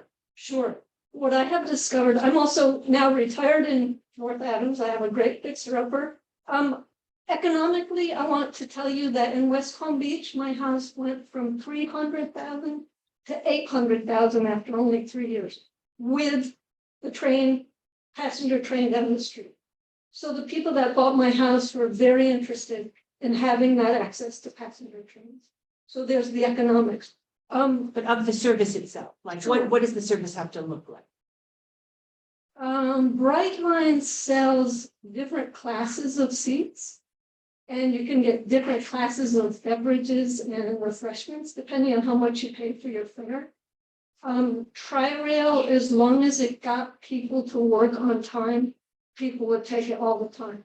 What we found really useful was a one-stop transit pass for the buses and for the trains. That way, when you get off the bus, you don't have to try to buy a ticket to get onto the train. That made commuting so much smoother. And we found that the ridership did increase exponentially once that happened. It was so simple with just one pass. Again, as long as the trains got people to work on time, the bosses were happy. Thank you so much. Appreciate it, Jim. Thank you. Any other questions from members of the commission? Seeing none, thank you again, Alice. Next, we welcome Eddie Spahn. Sorry about that. Your penmanship's wonderful. Yeah. From the Berkshire Flyer. Welcome, Eddie. Thank you. Thank you, Commissioners. I'll try to be as brief as I can. I did submit formal testimony, written testimony to the commission. So my name is Eddie Sporn. I'm a resident of West Stockbridge. I've worked with former Senator Adam Hines and other local stakeholders on the Berkshire Flyer Initiative since 2017. My background is in city regional planning and not in government affairs. Thus, my comments this morning will touch upon what I believe any group empowered with planning and coordinating passenger rail service in Western Massachusetts, regardless how it is constituted, should focus on. Going forward, I'll refer to this planning and coordinating entity as the Western Massachusetts Group, WMG, as opposed to WMD. I've laid out three broad areas of focus that I believe this group should take. One is taking a regional perspective. Two is seeking additional rail passenger opportunities. And three, improving upon Amtrak's customer interface. First, taking a regional perspective. Economies and travel patterns are not confined to state borders. Thus, the planning group, the WMG, should work closely with neighboring states, New York, Connecticut, Vermont, and New Hampshire, to synchronize Western Massachusetts plans with theirs and consider co-funding projects of mutual benefit. As an example, Western Massachusetts has strong economic and social connections with New York City. Strong consideration should be given to funding projects, some of which lie outside of Massachusetts, that could reduce travel time to New York City. This will make travel time more competitive. This will make rail travel more competitive and increase ridership. Second, seeking additional passenger rail opportunities. The WMG should seek out opportunities to expand passenger rail throughout Western Massachusetts. Here is one prime example. In 2014, the Commonwealth purchased the 37-mile Housatonic Railroad right-of-way between the Connecticut border and Pittsfield for $14 million. Subsequently, $35 million was authorized for upgrading work. To date, this significant outlay has benefited the Housatonic Railroad exclusively. This, of course, is a positive, as the Housatonic Railroad services Berkshire County businesses. However, a greater benefit, one that would have a far more profound impact on the lives of Berkshire County residents, would be to return passenger service to the line as part of the East-West Rail project. The Housatonic line could be folded into the purview of the East-West project. A shuttle train could run between Great Barrington and Pittsfield, is scheduled synchronized with East-West trains and with the Berkshire Flyer. Thus, residents along the line could travel to Boston, New York City, Springfield, and Albany with access to Amtrak's national rail network with a transfer in Pittsfield. Additional Great Barrington Pittsfield service could be added to the Housatonic line if there is demand. And this is just one example of the opportunities that exist. Another opportunity might be, at one point, a shuttle service between the East-West Main Line and Amherst. Finally, the interface, the Amtrak website, which here. So there are three examples. I mean, the Amtrak website is not very good. It's a clunky reservation system utilizing 50-year-old technology. It has no service timetables and has incorrect or missing station information. To remedy this, we should emulate the commission should, or the planning group should emulate the Northern New England Passenger Rail Authority the entity that manages the Amtrak Downeaster. They developed their own ticketing website optimized for mobile usage. It's light years better than the Amtrak's website. We should not stop there. As suggested by Ben Heckscher of Trains in the Valley, the WMG website should allow us to purchase tickets on the MBTA or Metro North or any connecting public transit system. And my president before mentioned the Brightline. The Brightline is a prime example of a railroad that has interconnected with local economy, local transportation systems, local businesses. So you can book travel, you can book a number of things by going to the website. So we want people to book travel to, from, and within Massachusetts. We want people to avail themselves of businesses, the attractions, and the services of Western Massachusetts. Having a website where this can be done effortlessly, either at home or on the go, is essential to growing ridership. So in conclusion, I want to thank the commission for allowing me to make these comments today. I'm very excited about the future. Everything seems to be lining up for very exciting growth in passenger service in Western Massachusetts. Thank you. Thank you. Any questions from members of the commission? Thank you again for your testimony.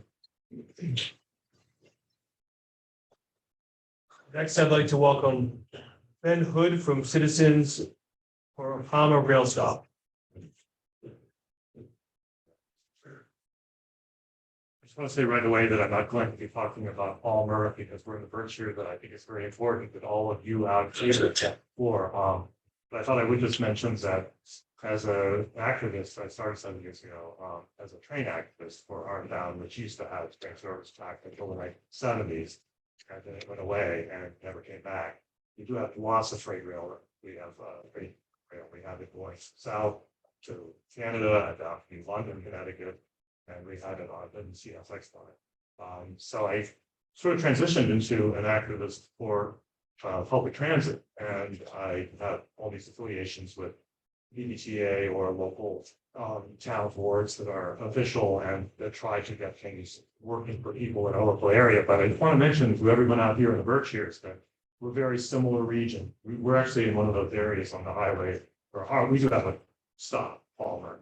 Service is an excellent, but there's a lot of towns in between. It's Worcester County, it's Camden County, it's Hampshire County, there's Franklin County, just way up in there. We're trying to make people move along those counties.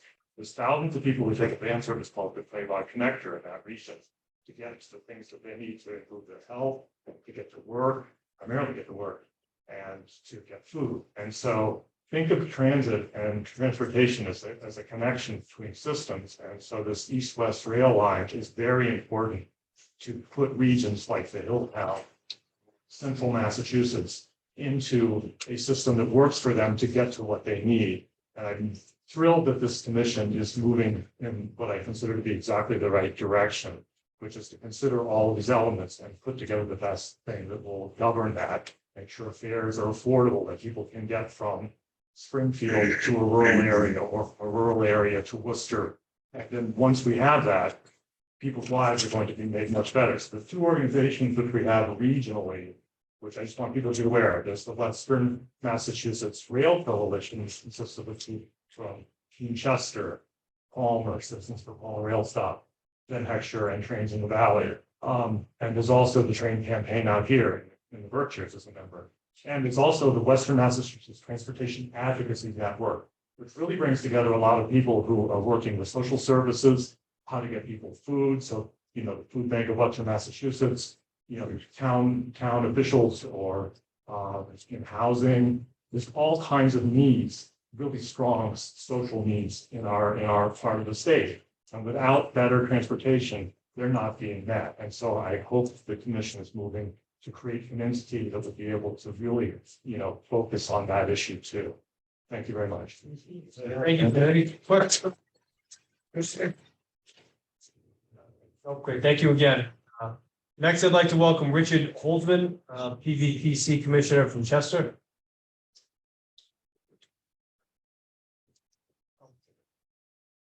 Thank you. Can you all hear me? Okay. Yeah. For those that know me, I'm almost speechless.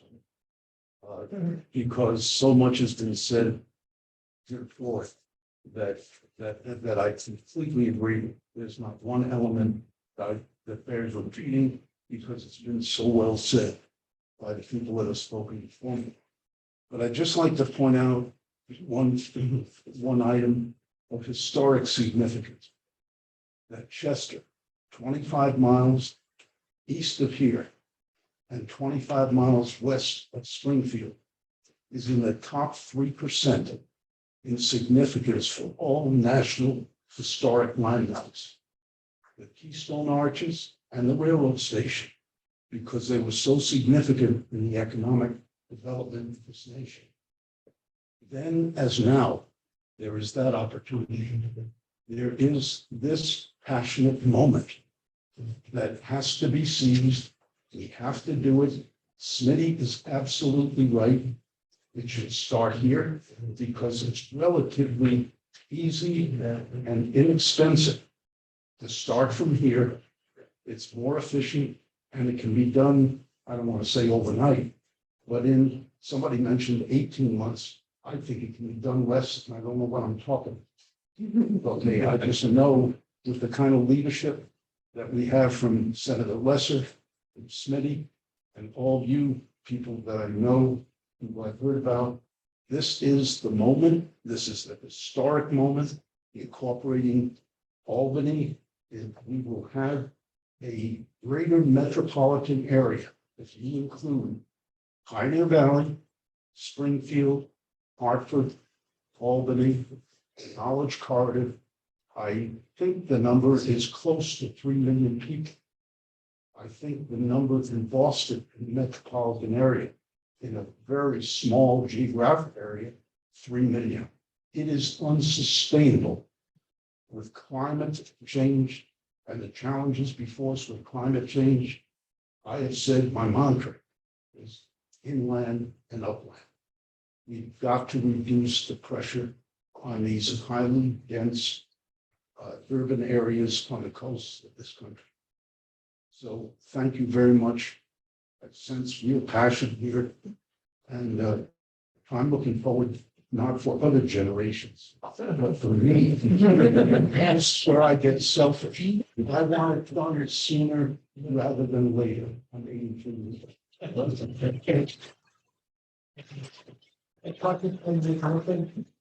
will say I've been to a lot of public hearings in my time in the state house, and I've never seen an audience that claps for everybody that comes. I've never had anybody clap for me, and I've testified many times, so.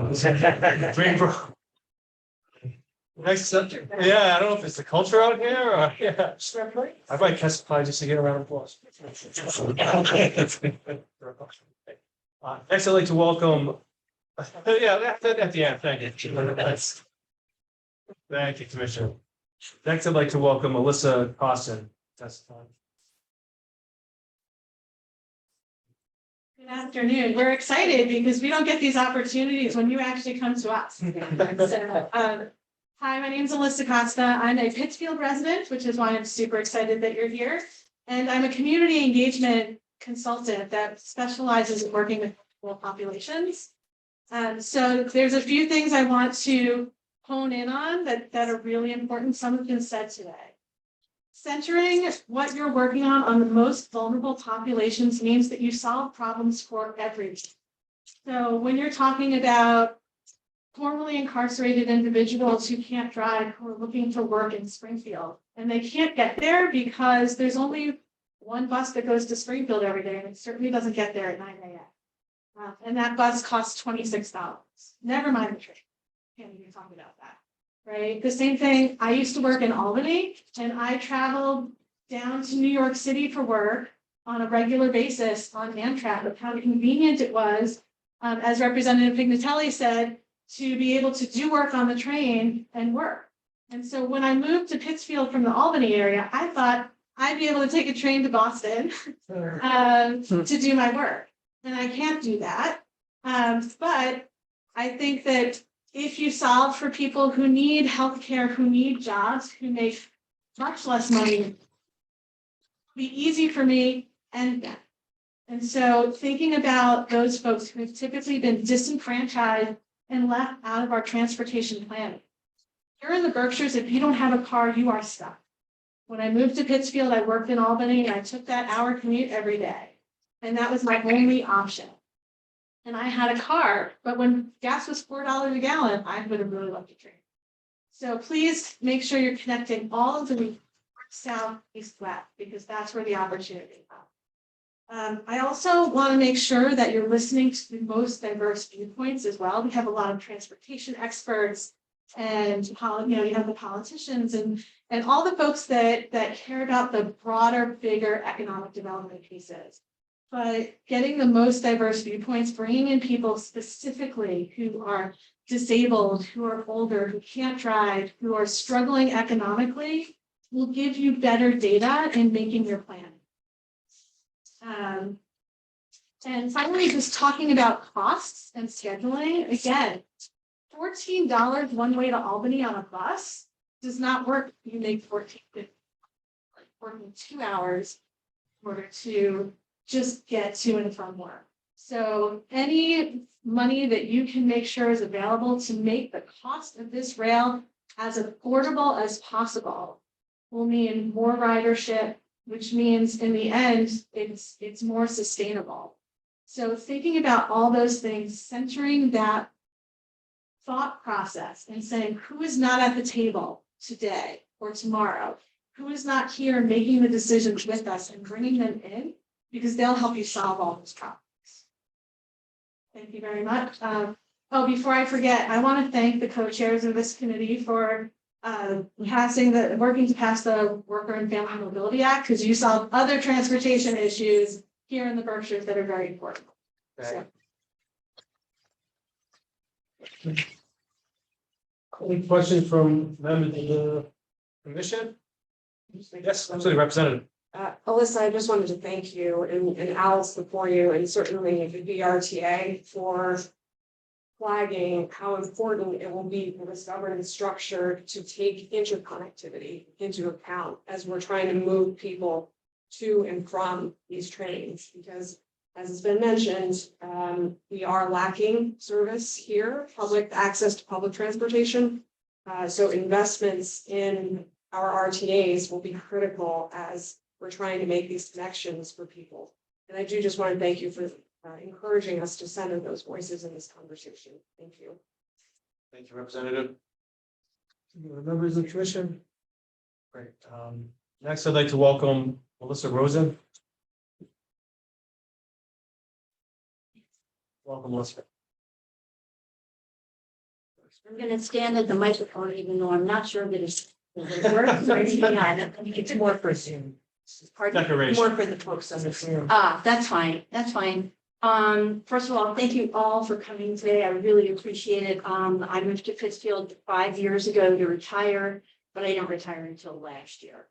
And I spent 45 years as a user of public transportation. I lived in the New York metropolitan area. I lived in central Connecticut. So all of these rails that you're talking about, I rode on every day, 3 hours a day, 45 years.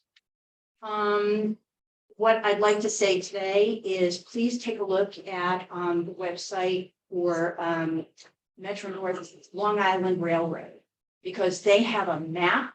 You can put your cursor on a location and it will show you what the schedule is, and you can buy the ticket right there. One person there who's an expert in the area said having one method of payment for bus and rail, very helpful. Yes. Because I have a commemorative Metro card that I carry around with me for my days schlepping around Manhattan. So that's also very good. Connecting to the MTA in the Boston area and those various rings around the Boston area will help the people here. But mostly, I just want to say in terms of west-east rail, yes, lots of it, please. I'm 71 years old. I'm not going to drive 4 hours to Boston to go see something at the art museum, but I will definitely take a train to get there. I have a 29-year-old daughter who lives with me. She would like to stay here, and I would very much selfishly like her to stay here. But, how is she going to get to work in Worcester? She cannot drive that distance every day. It's insane. And so from my standpoint, my very selfish standpoint, I really love this. Guys, entirely, if there's anything I can do to help, move this up the chain, calling people or anything else, I'm happy to do so. But thank you especially to Representative today, for my representative, Colmark, and Tricia Farley Bouvier, whose email is why I ended up here today. Because I'm retired, so I don't have to do this kind of thing. Thank you. Thank you, Melissa. Any questions from members of the commission? Thank you again for your testimony and for taking the time to come out today. Next, I'd like to welcome Jay Green from the town of Adams of Berkshire Flyer.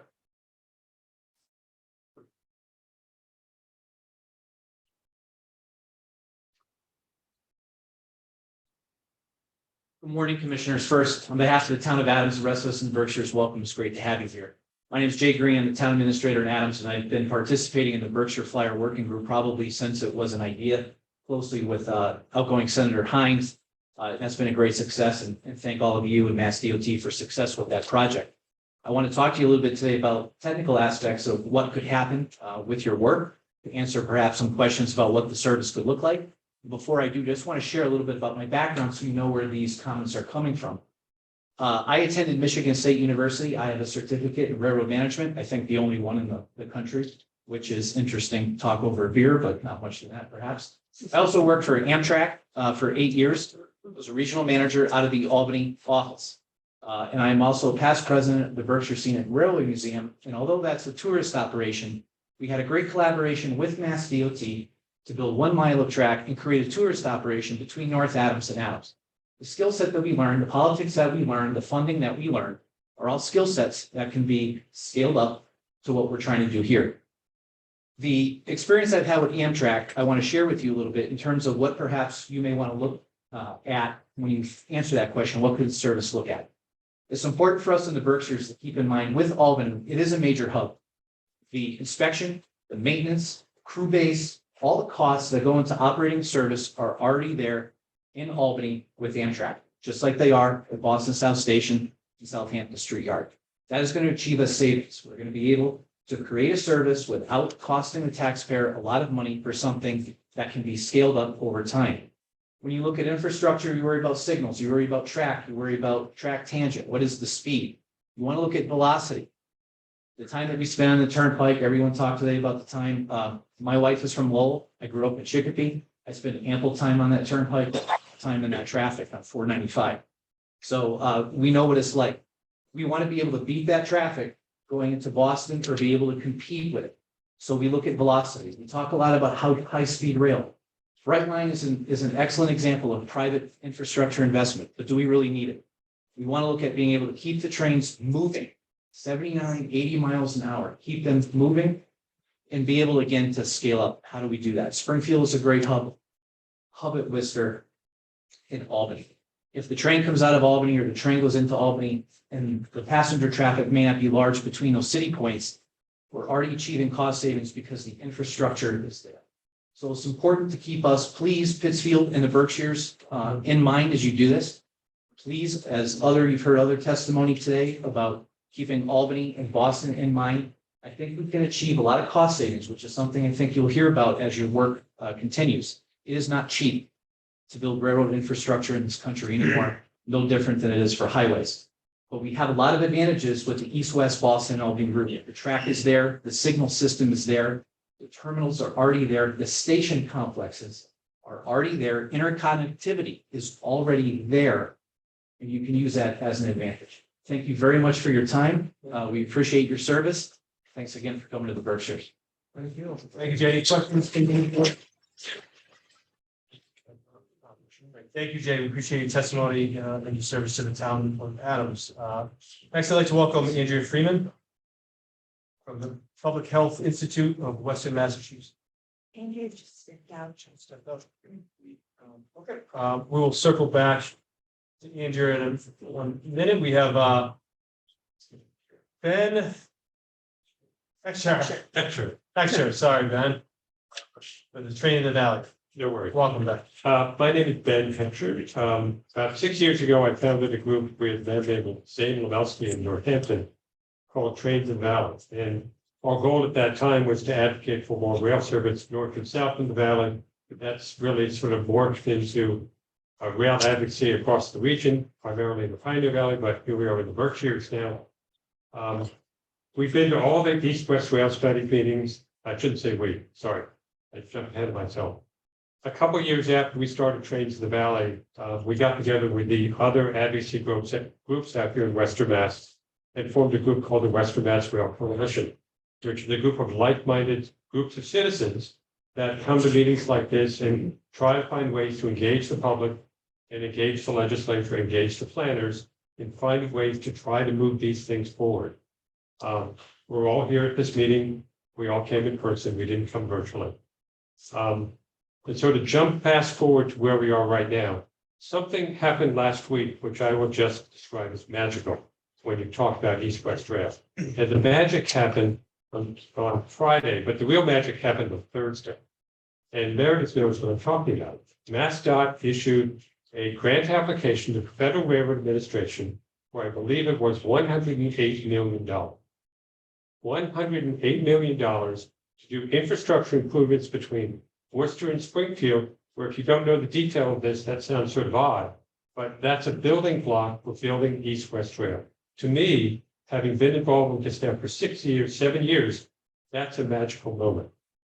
Yesterday, 2 days ago, the Federal Railroad Administration issued a second notice of funding opportunity, I think they call it, for another unbelievable number, $2.3 billion for passenger rail. The first building block for making this work is exactly what MassDOT has put on the table, which is service Boston to Springfield and New Haven. The second building block is getting to go west of Springfield to Albany, Rensselaer, obviously to Pittsfield. I would hope that when the grant applications are due in March, that MassDOT can consider or hopefully take the step to ask for the next step to move this forward, which would be another grant application to build now from Pittsfield to Albany and to Springfield, basically take the steps now, get this thing moving and sort of lift it up and push it forward because, now is the time. That's the end. I could keep going, but I'll stop. Turn it on, man. Thank you, Ben. Thanks for bringing the magic.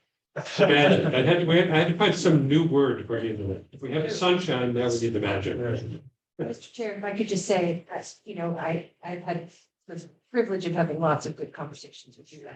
And I appreciate you making me smarter about rail from the moment I stepped foot into this world. Well, as you know, we've met with you for breakfast before you were even elected. 2018. That's where it starts. Yeah, that's where it starts. Thanks for that. Is Andrea? She's not, but I didn't know. Mr. Chair. Great, thank you so much. Next, we're going to hop over to the folks joining us remotely. We're going to start with Andy Hoagland from the Williamstown Select Board. And then up after that, just so you can be prepared, Steve Strauss would be on deck. Select Board Member Hoagland, are you? I am here. Can you hear me? Yes, I can. Just it is tough audio in this room, so just speak as loud as you can, but we can't hear you. Okay. Thanks for taking the time, and I will join in all the thanks that were given before about having the commission be formed, having you come to Pittsfield. So not to spend time on that, but I don't want to pass by the appreciation we have for that work. My comments are fairly simple, which is I want to make sure that the commission's work remains as broad as it was originally broadcast to be. I think I like the area of the 413 area. It's all about all of Western Massachusetts. I think there's a likelihood that the West-East Rail part of the conversation will dominate the conversation, which makes sense. It's a huge transformative thing we're all in favor of. I just want to make sure the commission keeps in mind that you have these other rail spurs we talk about, the Valley Flyer, the Berkshire Flyer, the Northern Tier. And I want to go back to Representative Barrett's comments that those, the Berkshire Flyer, the Valley Flyer, and some of the other Connecticut River works have already been proven to be achievable in a very short period of time with relatively small amounts of money. So, which is probably not going to be true of the West-East Rail. I'd like to add to that list the Northern Tier. You know, the Northern Tier track is there.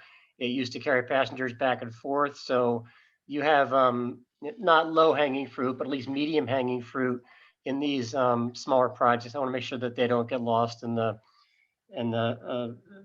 larger goal of getting service all the way to Pittsfield and beyond. I'd also like to echo the comment of the earlier speaker about the Housatonic line. Like, this is a line which is kind of forgotten.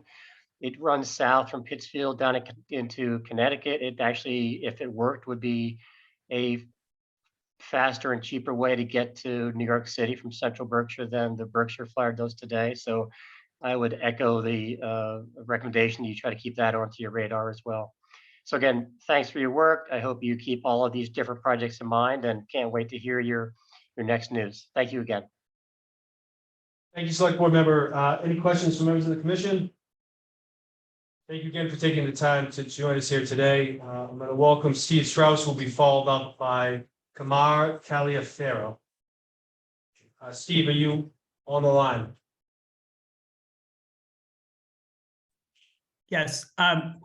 Good afternoon, members of the commission. My name is Steve Strauss. I am the executive director of a statewide rail advocacy group in New York State called the Empire State Passengers Association. It's always great to learn that there's another Strauss involved in this project as well. So I know that you'll have great leadership. I've been working with some of the advocates for passenger rail in Western Massachusetts for the last year or so. It's been great working with Eddie Sporn, with Ben Heckscher, and meeting Senator Hines at the press conference launching the Berkshire Flyer this summer. ESPA and its supporters in New York are very excited about what is happening in the Commonwealth of Massachusetts, and seeing that you've actually put up a great deal of money to match federal funding to get this rolling.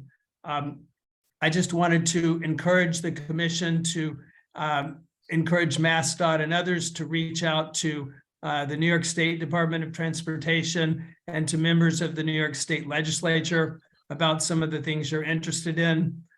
We're so great that the battle over ending in Pittsfield came to an end, and that it's going to Rensselaer. As the gentleman from Adams pointed out, we already have all these facilities in Rensselaer for you. We have the fueling station, we have the passenger station, we have a 4-platform station for the trains, we have the maintenance facility, and we have the storage track. So New York is very excited about this, or at least the rail advocates are, and any way that we can help you, we'd be glad to. I would suggest that, as was pointed out, that perhaps New York's investment could be a very solid commitment to doing some of the projects in the Hudson Valley that would speed train service between Albany and Rensselaer. They're documented, and New York State has started working on them.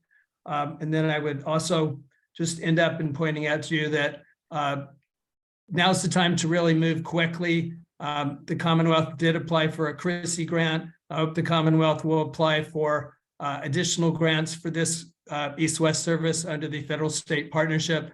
That deadline is March 7th. And then let me just also mention that there's additional federal money available that could subsidize the early start of additional train service between Boston and Albany, because this is an existing Amtrak corridor. That's a program that provides money for communities and states that want to add service to existing Amtrak corridors. So I hope you'll look at all that, and we stand willing to help you on the New York side. Thank you.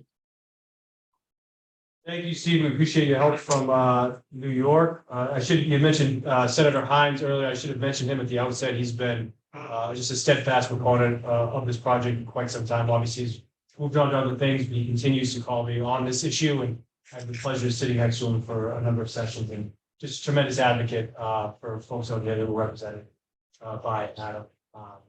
Thank you again, Steve. Any questions from members of the commission? Thank you, Steve. Please send our love to New York. Hopefully they can apply for some grants too, and help us get this done. Next, I'd like to welcome, Kamar, who will be followed by Alana Steinhauer. Kamar, are you with us?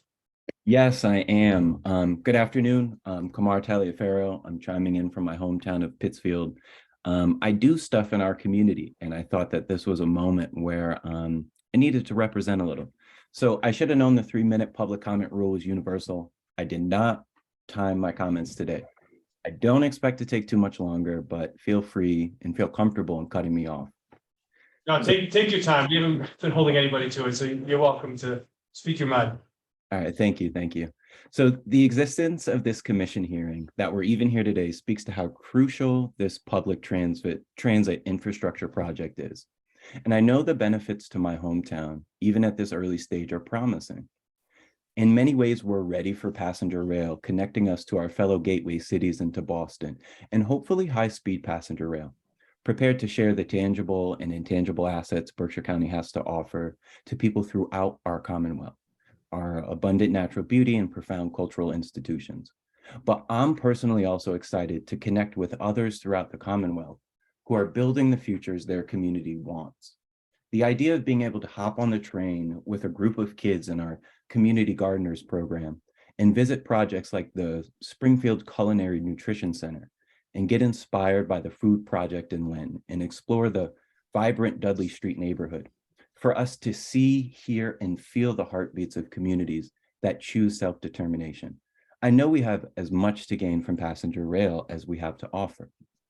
And so I'd like to ask, in that spirit, how is the commission developing an understanding and analysis of the incongruity between existing state housing programs and the character of development, housing development we see in Berkshire County and specifically in Pittsfield?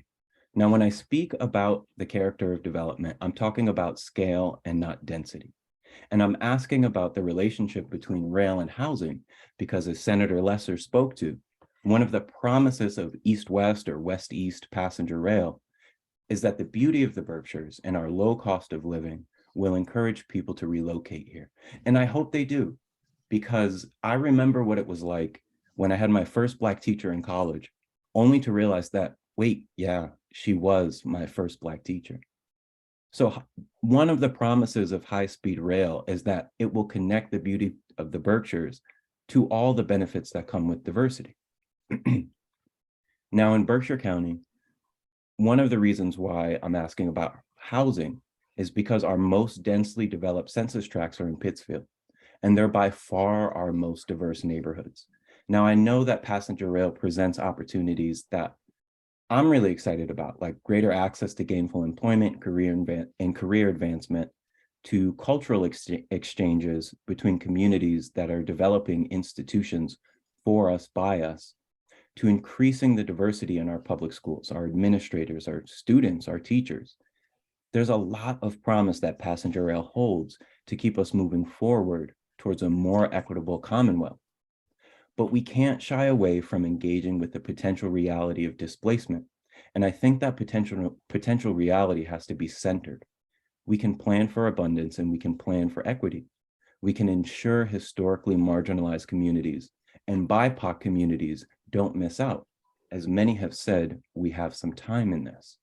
Now, to that end, the 2021 Office of the State Auditor Study, Public Infrastructure in Western Massachusetts, a critical need for regional investment and revitalization, clearly elucidated the incongruous investment in rural infrastructure in our Commonwealth. And that lack of state investment extends to our county's municipal planning departments. The lack of investment shows in the Executive Office of Housing and Economic Development and Department of Housing and Community Development state programs that don't match the scale of housing development that we see in the Berkshires and even in Pittsfield, a gateway city itself. It shows in the lack of, for example, a regional HUD Home Investment Partnership Consortium. These gaps have often been excused because, after all, the people of Berkshire County are not many. Passenger rail may change that. And I think most of our regional housing practitioners would share in the following sentiment. that if we're to realize the hopes of passenger rail, we need as impactful an investment in municipal planning departments, in rural county-specific housing development programs, and in fair housing organizations, just to name a few, as we need in rail ties. And crucially, we need the level of investment that allows municipal planning departments and affordable housing developers to do what so far they've not had the resources to do, to develop relationships built in trust and reciprocity with those communities who too often have been left waiting at the station. Now, I know some of the people who staff Pittsfield's Department of Community Development and am acquainted with other city planners and town managers and municipalities throughout the Berkshires. I've had the chance to be in conversation with our nonprofit affordable housing developers. I know how much they care about making sure opportunities don't pass certain neighborhoods by just because they always have. How excited they get when they hear ideas from their neighbors and how they want to improve their neighborhoods. But too often, those hardworking, caring individuals just don't have the time or the resources to fully invest in the level of outreach needed to developing trusting relationships that are key to neighborhood revitalization.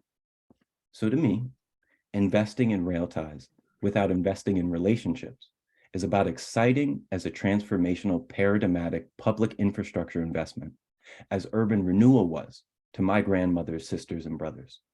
So if we intend for all of my neighborhoods in Pittsfield and the Berkshires to benefit, if we hope not to make the mistakes of so many past infrastructure projects and leave marginalized communities standing on the station's platforms, we have to understand that passenger rail is as much about public transit as it is about housing. So thank you for the time to make public comments. Really looking forward to the work that the commission does in hopping on that train and visiting some of my partners, building resilient communities, building self-determined communities, empowering their neighbors. When it's Thank you built. so much for your time and testimony. Any questions from members of the commission? Senator Comfort? I just want to thank, Amar, thank you for centering equity, for asking us to make connections with housing, which I think is really so essential. And thank you for also the really incredibly pragmatic comments about strengthening municipal planning. I know we all lean on our RPAs a great deal, and we lean on municipal planners to get this kind of stuff right. So thank you very, very much.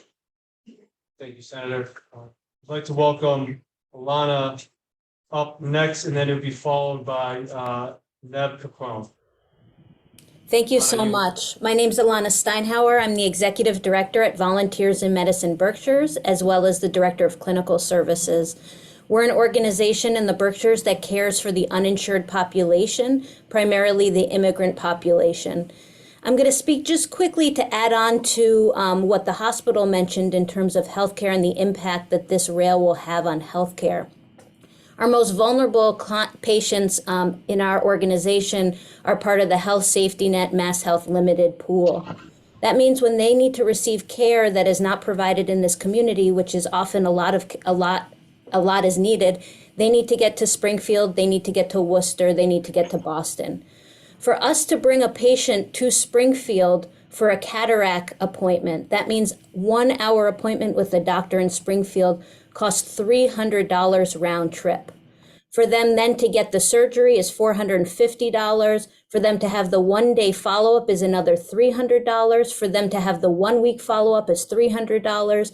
And then the 1 month follow-up is an additional $300. This is what it costs for our clients to get care outside of our community. This is something like cataract surgery.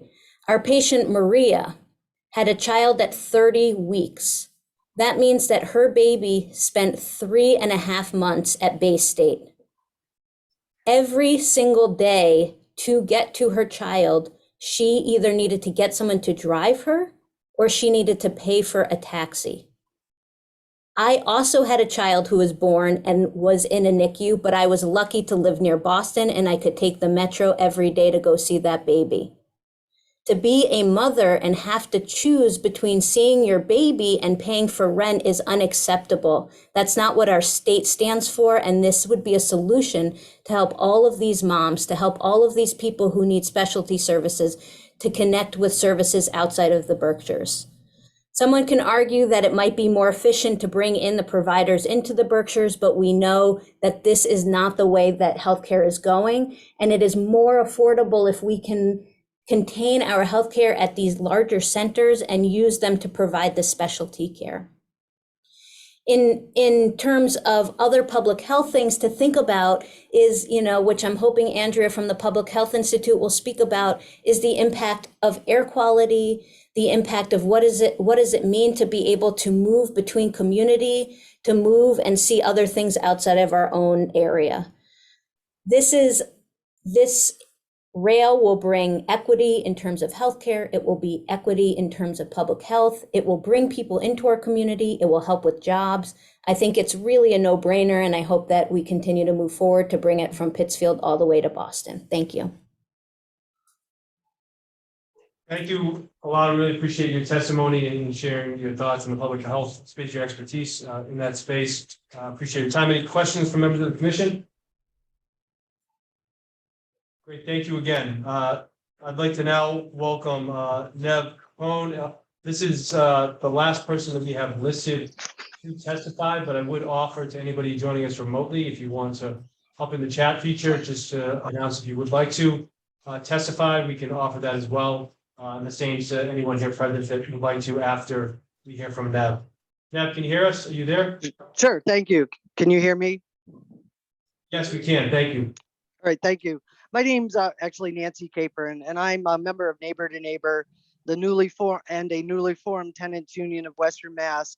And I'm also a proud member of the People's Action Federal Homes Guarantee Campaign, a campaign which has enlisted Elizabeth Warren and Jamal Bowman to write a letter to the president on price gouging in the rental market, outlining a multi-point policy ask around regulation of federally backed rental units and increased protection for renters in terms of cost burden, just cause evictions, inhabitability standards, and protections against source of income discrimination, and also to establish a tenants' rights of protection commission or office in the federal government level. Recently, I was a paid employee knocking doors for the Fair Share Amendment, and I've also been knocking doors for the tenants union. We're having a town hall on housing here with the city council on Monday at 6:30 p.m. And I've seen firsthand the effects of cost burden, poorly maintained buildings, rental increases, including rental increases from $1,200 a month for a two-bedroom apartment to $1,500 a month for a two-bedroom apartment in the two lowest median income wards in Holyoke, and the median income in those wards is about $14,000. So they've gone up. The rents have gone up to about $1,500 a month. We've also seen our rents go up beyond a price point in which Section 8 vouchers are willing to pay. So we now have many folks in the city looking for housing, and they're on the voucher, and they're going to have to keep asking for extensions because there are no apartments at the price point that the voucher is willing to pay. Nationally, we've seen redevelopment money meant to compensate low-income communities for the decades of long disinvestment caused by deindustrialization and redlining be displaced by said monies. There's a narrative both academically and on the academic level and the community level that, quote, concentrations of poverty produce poor outcomes for citizens in those impoverished areas, and economically integrated areas produce better outcomes, end quote. The only outcome I've seen nationally is that when for-profit developers put a market or luxury rate multi-unit dwelling in these areas of redevelopment, it causes massive amounts of displacement because the other owners of buildings next to the new market rate building see a potential for profit, and it ends up displacing people. I find it ironic that the money's meant to make restitution to low-income communities for redlining and deindustrialization deindustrialization only end up causing deep harm and disruption of community connections through this displacement. My point in this discussion about the rail expansion is the amount of harm that will be caused if affordable housing and bold progressive measures to ensure continuity of community for the most vulnerable of our citizens west of 495 are not taken. The results will be a catastrophic amount of displacement. Housing is a human right, and Massachusetts has failed in its responsibility to ensure all of its citizens have access to safe, affordable housing. And the National Low Income Housing Coalition estimates that we're short 175,000 units just for folks who are at 0% to 30% of the median income.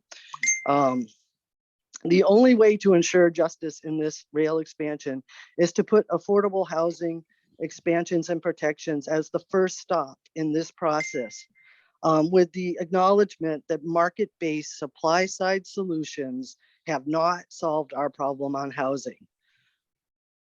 The idea that folks from Boston will receive rent relief by the expansion of this rail into Western Mass, I run it by my comrades who are either rent burden, mortgage burden, or Section 8 or voucher recipients. And when I say that our elected officials here in Western Mass tout this in the media, they are both shocked and frightened by that narrative, because already there's no place for us to go.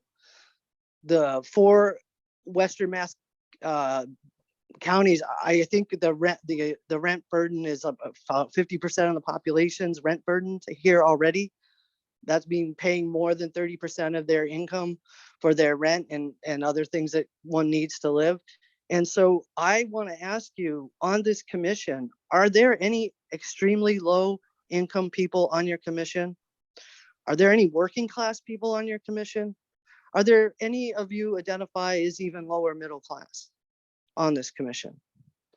Because I feel like the only way to go forward is to have people's voices from those most vulnerable communities, right? Equal partners with the people that may have more education, more background, more class access. And that's it. I'm done. Thank you. Thank you. We appreciate your testimony. Just a privilege from the chair. Our goal in this commission is to hear from every stakeholder, every walk of life, and every region of this Commonwealth. And we're committed to doing that. I think you see by the attendance here, by almost every commissioner and others joining us online, that we are committed to this, and we look forward again to hearing from everyone. That said, I would encourage folks that if you didn't testify today, for folks that are joining us online as well, please submit written testimony and feel free to contact the commission. We want to hear from you. It's crucial to our work, for our report, and our recommendations. Any questions from members of the commission? Seeing none, I'm told we do not have anybody else remotely that would like to. I would like to again offer it up if anybody else here would like to testify before us. Seeing none, Chair Strauss, I'm going to turn it over to you. I don't know if you have any closing remarks for us. Thank you. Thank you, Senator. I would only add my expression of my pleasure at the volume of participation that we received today, and to let any know whether people are from the Berkshires or any other part of Western Mass. We do have at a minimum 5 additional public hearings, but also the availability through written or email communications to weigh in on the future of passenger rail service throughout Western Massachusetts. So this was a great kickoff as far as I'm concerned. Thank you, Senator. Thank you, Mr. Chairman. Appreciate all of your work in this commission and in the committee, and thank you to all of our fellow commissioners here. Commissioner? Yes, I just have a question. Have the other hearings been scheduled? Yes, certainly we'll be in touch with all the commissioners to talk more about that. But as Commissioner, as Chair Strauss had mentioned, we are committed to doing at least 5 more throughout the region, and we'll be in contact to make sure that there's adequate notice. so that all can participate. With that, I just want to say thank you. The participation here today was phenomenal. Just so much great information for all of us to digest. We also recognize it's a Friday in the holiday season, and all of you took your time out of your busy schedules and family and work to be here. So thank you for that. I've heard a lot about the miserable commute home that I'm going to be facing today. So if anybody has any house space, it's a pretty good house that has 2 hours and manners. 40 minutes. Now, all right. Thank you. Now, thank you, everybody. Appreciate all of your time and look forward to working with all of you, the commission, as well as the public. Thank you. Job, Senator. Oh, you, I didn't dare get up and say this, but